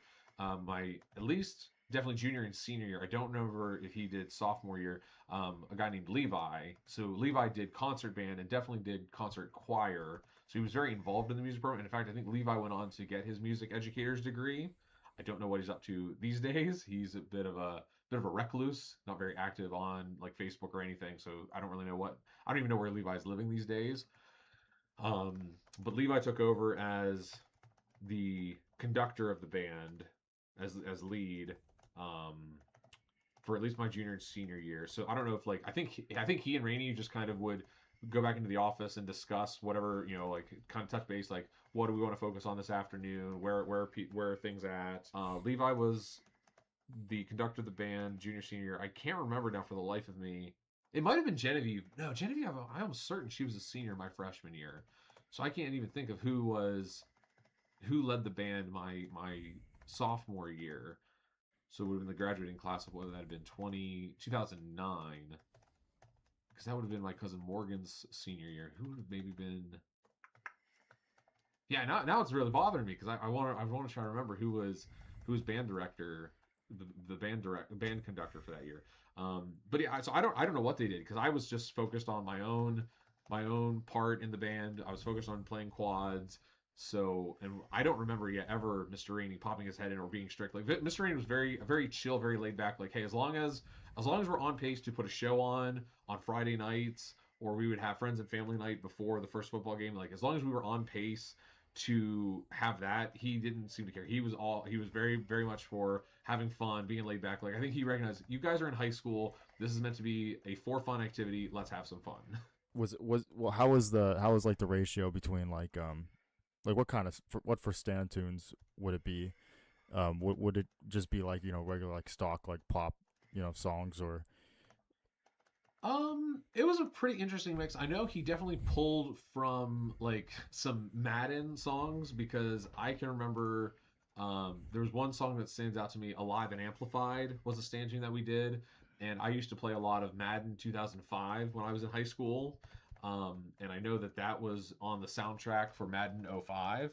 So I at times would hear Mr. Rainey talking to some other students about, being, loading up Madden, playing Madden. So I think he pulled some inspiration for his stand tunes from that. I remember we did a few classical pieces. So like I remember Mars, Bringer of War. We did that song. So which was really cool because it's in 5/4. So you have the da da da da da da da da da da da da da da. So we had a little bit of classical in our stand tunes. We had the drumline only drum break piece of Jungle Beat was definitely a common stand tune. We would have, I don't know if it was in my freshman year, but at least by junior senior year, we had what we called our third down, or were they first down shorts or third down? We had shorts where they would only be maybe 8 to 12 measure snippets, and so he would kind of like he would hold up, hey, we're gonna do shorts number 3, and so you just had to know that was whatever. I'd have to go back and try to find the sheet music as to what I think there was at least 6 stand tune short like first down shorts because we were only permitted to play at certain times when the football team was on the field. One of those was just after I'm pretty sure they were called first down shorts. So he would say, like, hey, we're just gonna do from the top. Every time the football team gets a first down, we're gonna do first down short number 1, and then number 2, and then number 3. And like I said, they were just short little snippets, like 8 to maybe 16 measures tops. And Mr. Rainey, he actually would take the time and he would arrange a lot of our stand tune music himself. So a lot of it was not purchased music. He would I think all of the marching band shows that I marched in, 8th or 9th through 12th grade were all Mr. Rainey arrangements. So he might have bought one. He might have purchased some of the one in show, but a lot of it was I can remember we'd be at like district choir or district band, and he'd be in his free time, he'd be on his laptop on whatever music editing software he had, and he would be writing the show for that following season's marching band arrangement. Did you play frequently between downs? Did you ever have the opportunity, or was it or to be pretty silent at times? No, Mr. Rainey tried to keep us as much as within the rules of high school football would allow. He tried to keep us active. We would play between quarters. We got third quarter off, so the rule was like you had to be back. I think when the clock hit like 2 minutes or at least a minute remaining in the third quarter, so that the quarter break between the third and fourth, we could play a longer piece there. During timeouts, we would play like a longer piece. Like that'd be like when we would try to squeeze in like Alive and Amplified or Louie Louie. I'm trying to remember what some of our stand tunes were. We had like Louie Louie, Alive and Amplified. What were some of our others? I can't. I think we did.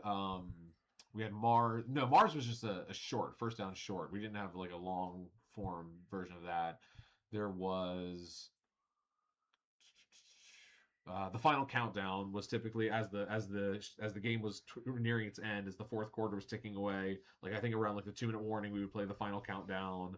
Obviously, there was the fight song for the Sprinko fight song, which, if I remember correctly, I think Mr. Rainey arranged the fight song that we did under his direction. He had like pieced it together, sort of some inspiration of some collegiate fight songs that he knew of.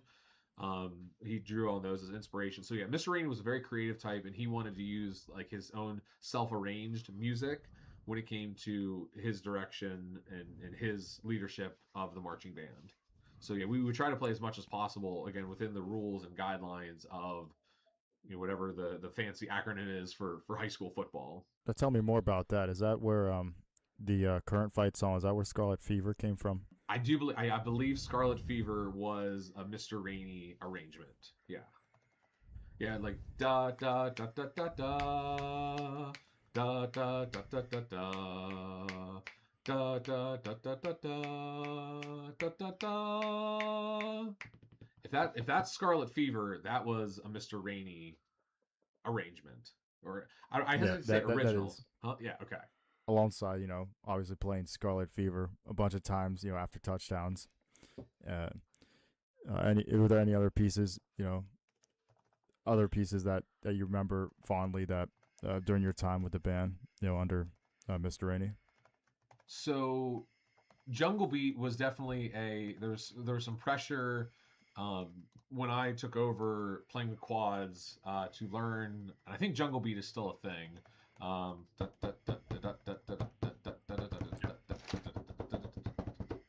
Sorry, yeah, I'm all the nostalgia is coming back. So when I took over my freshman year, because I had not been in the marching band to kind of have a sense of what which songs were important, what they were supposed to sound like, and so there I was as a freshman and just kind of given piece after piece after piece. Here, learn this. Here, you have to learn this. Here, you have to learn that. In fact, it was so much like that. I don't know if you guys still did it when you were at the like kind of the end of your party or like get together.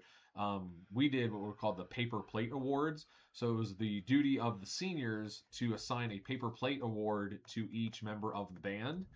And so my freshman year, the paper plate award that I was given was the Here You Go award or Here It Is award, which the meaning behind that was it's, any piece that they threw at me, they just said, Here you go. And I was able to handle it. So like when they threw, what was my freshman year's show? I was just trying to get the timeline there on the Facebook post.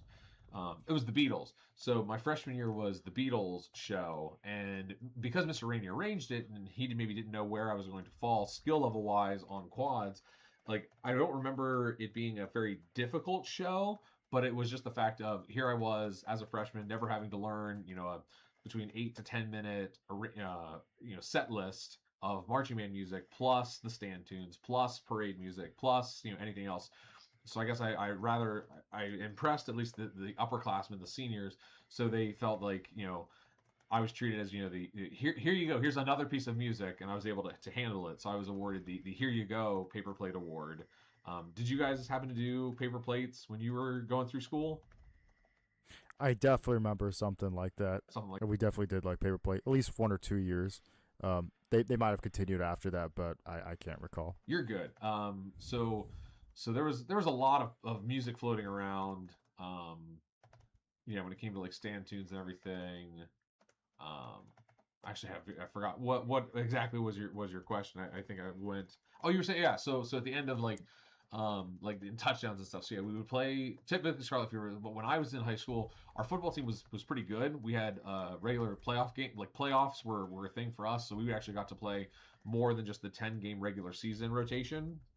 So there would be games where we'd be racking up 30, 40, 50 points on a game. And so Mr. Rainey, instead of wanting to do just Scarlet Fever, the fight song every time, we would maybe do like Jungle Beat or pick Louie Louie. Like we would pick other songs to do at the, after a touchdown. So I can remember, yeah. I think I might have a little one that's awake.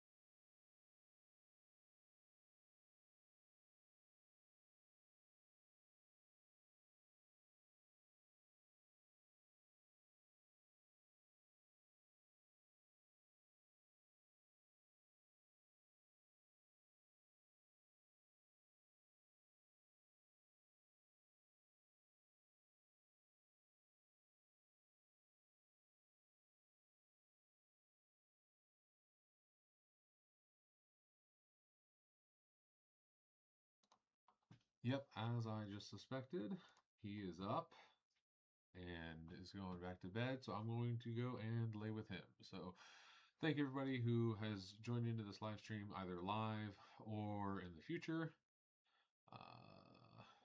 Go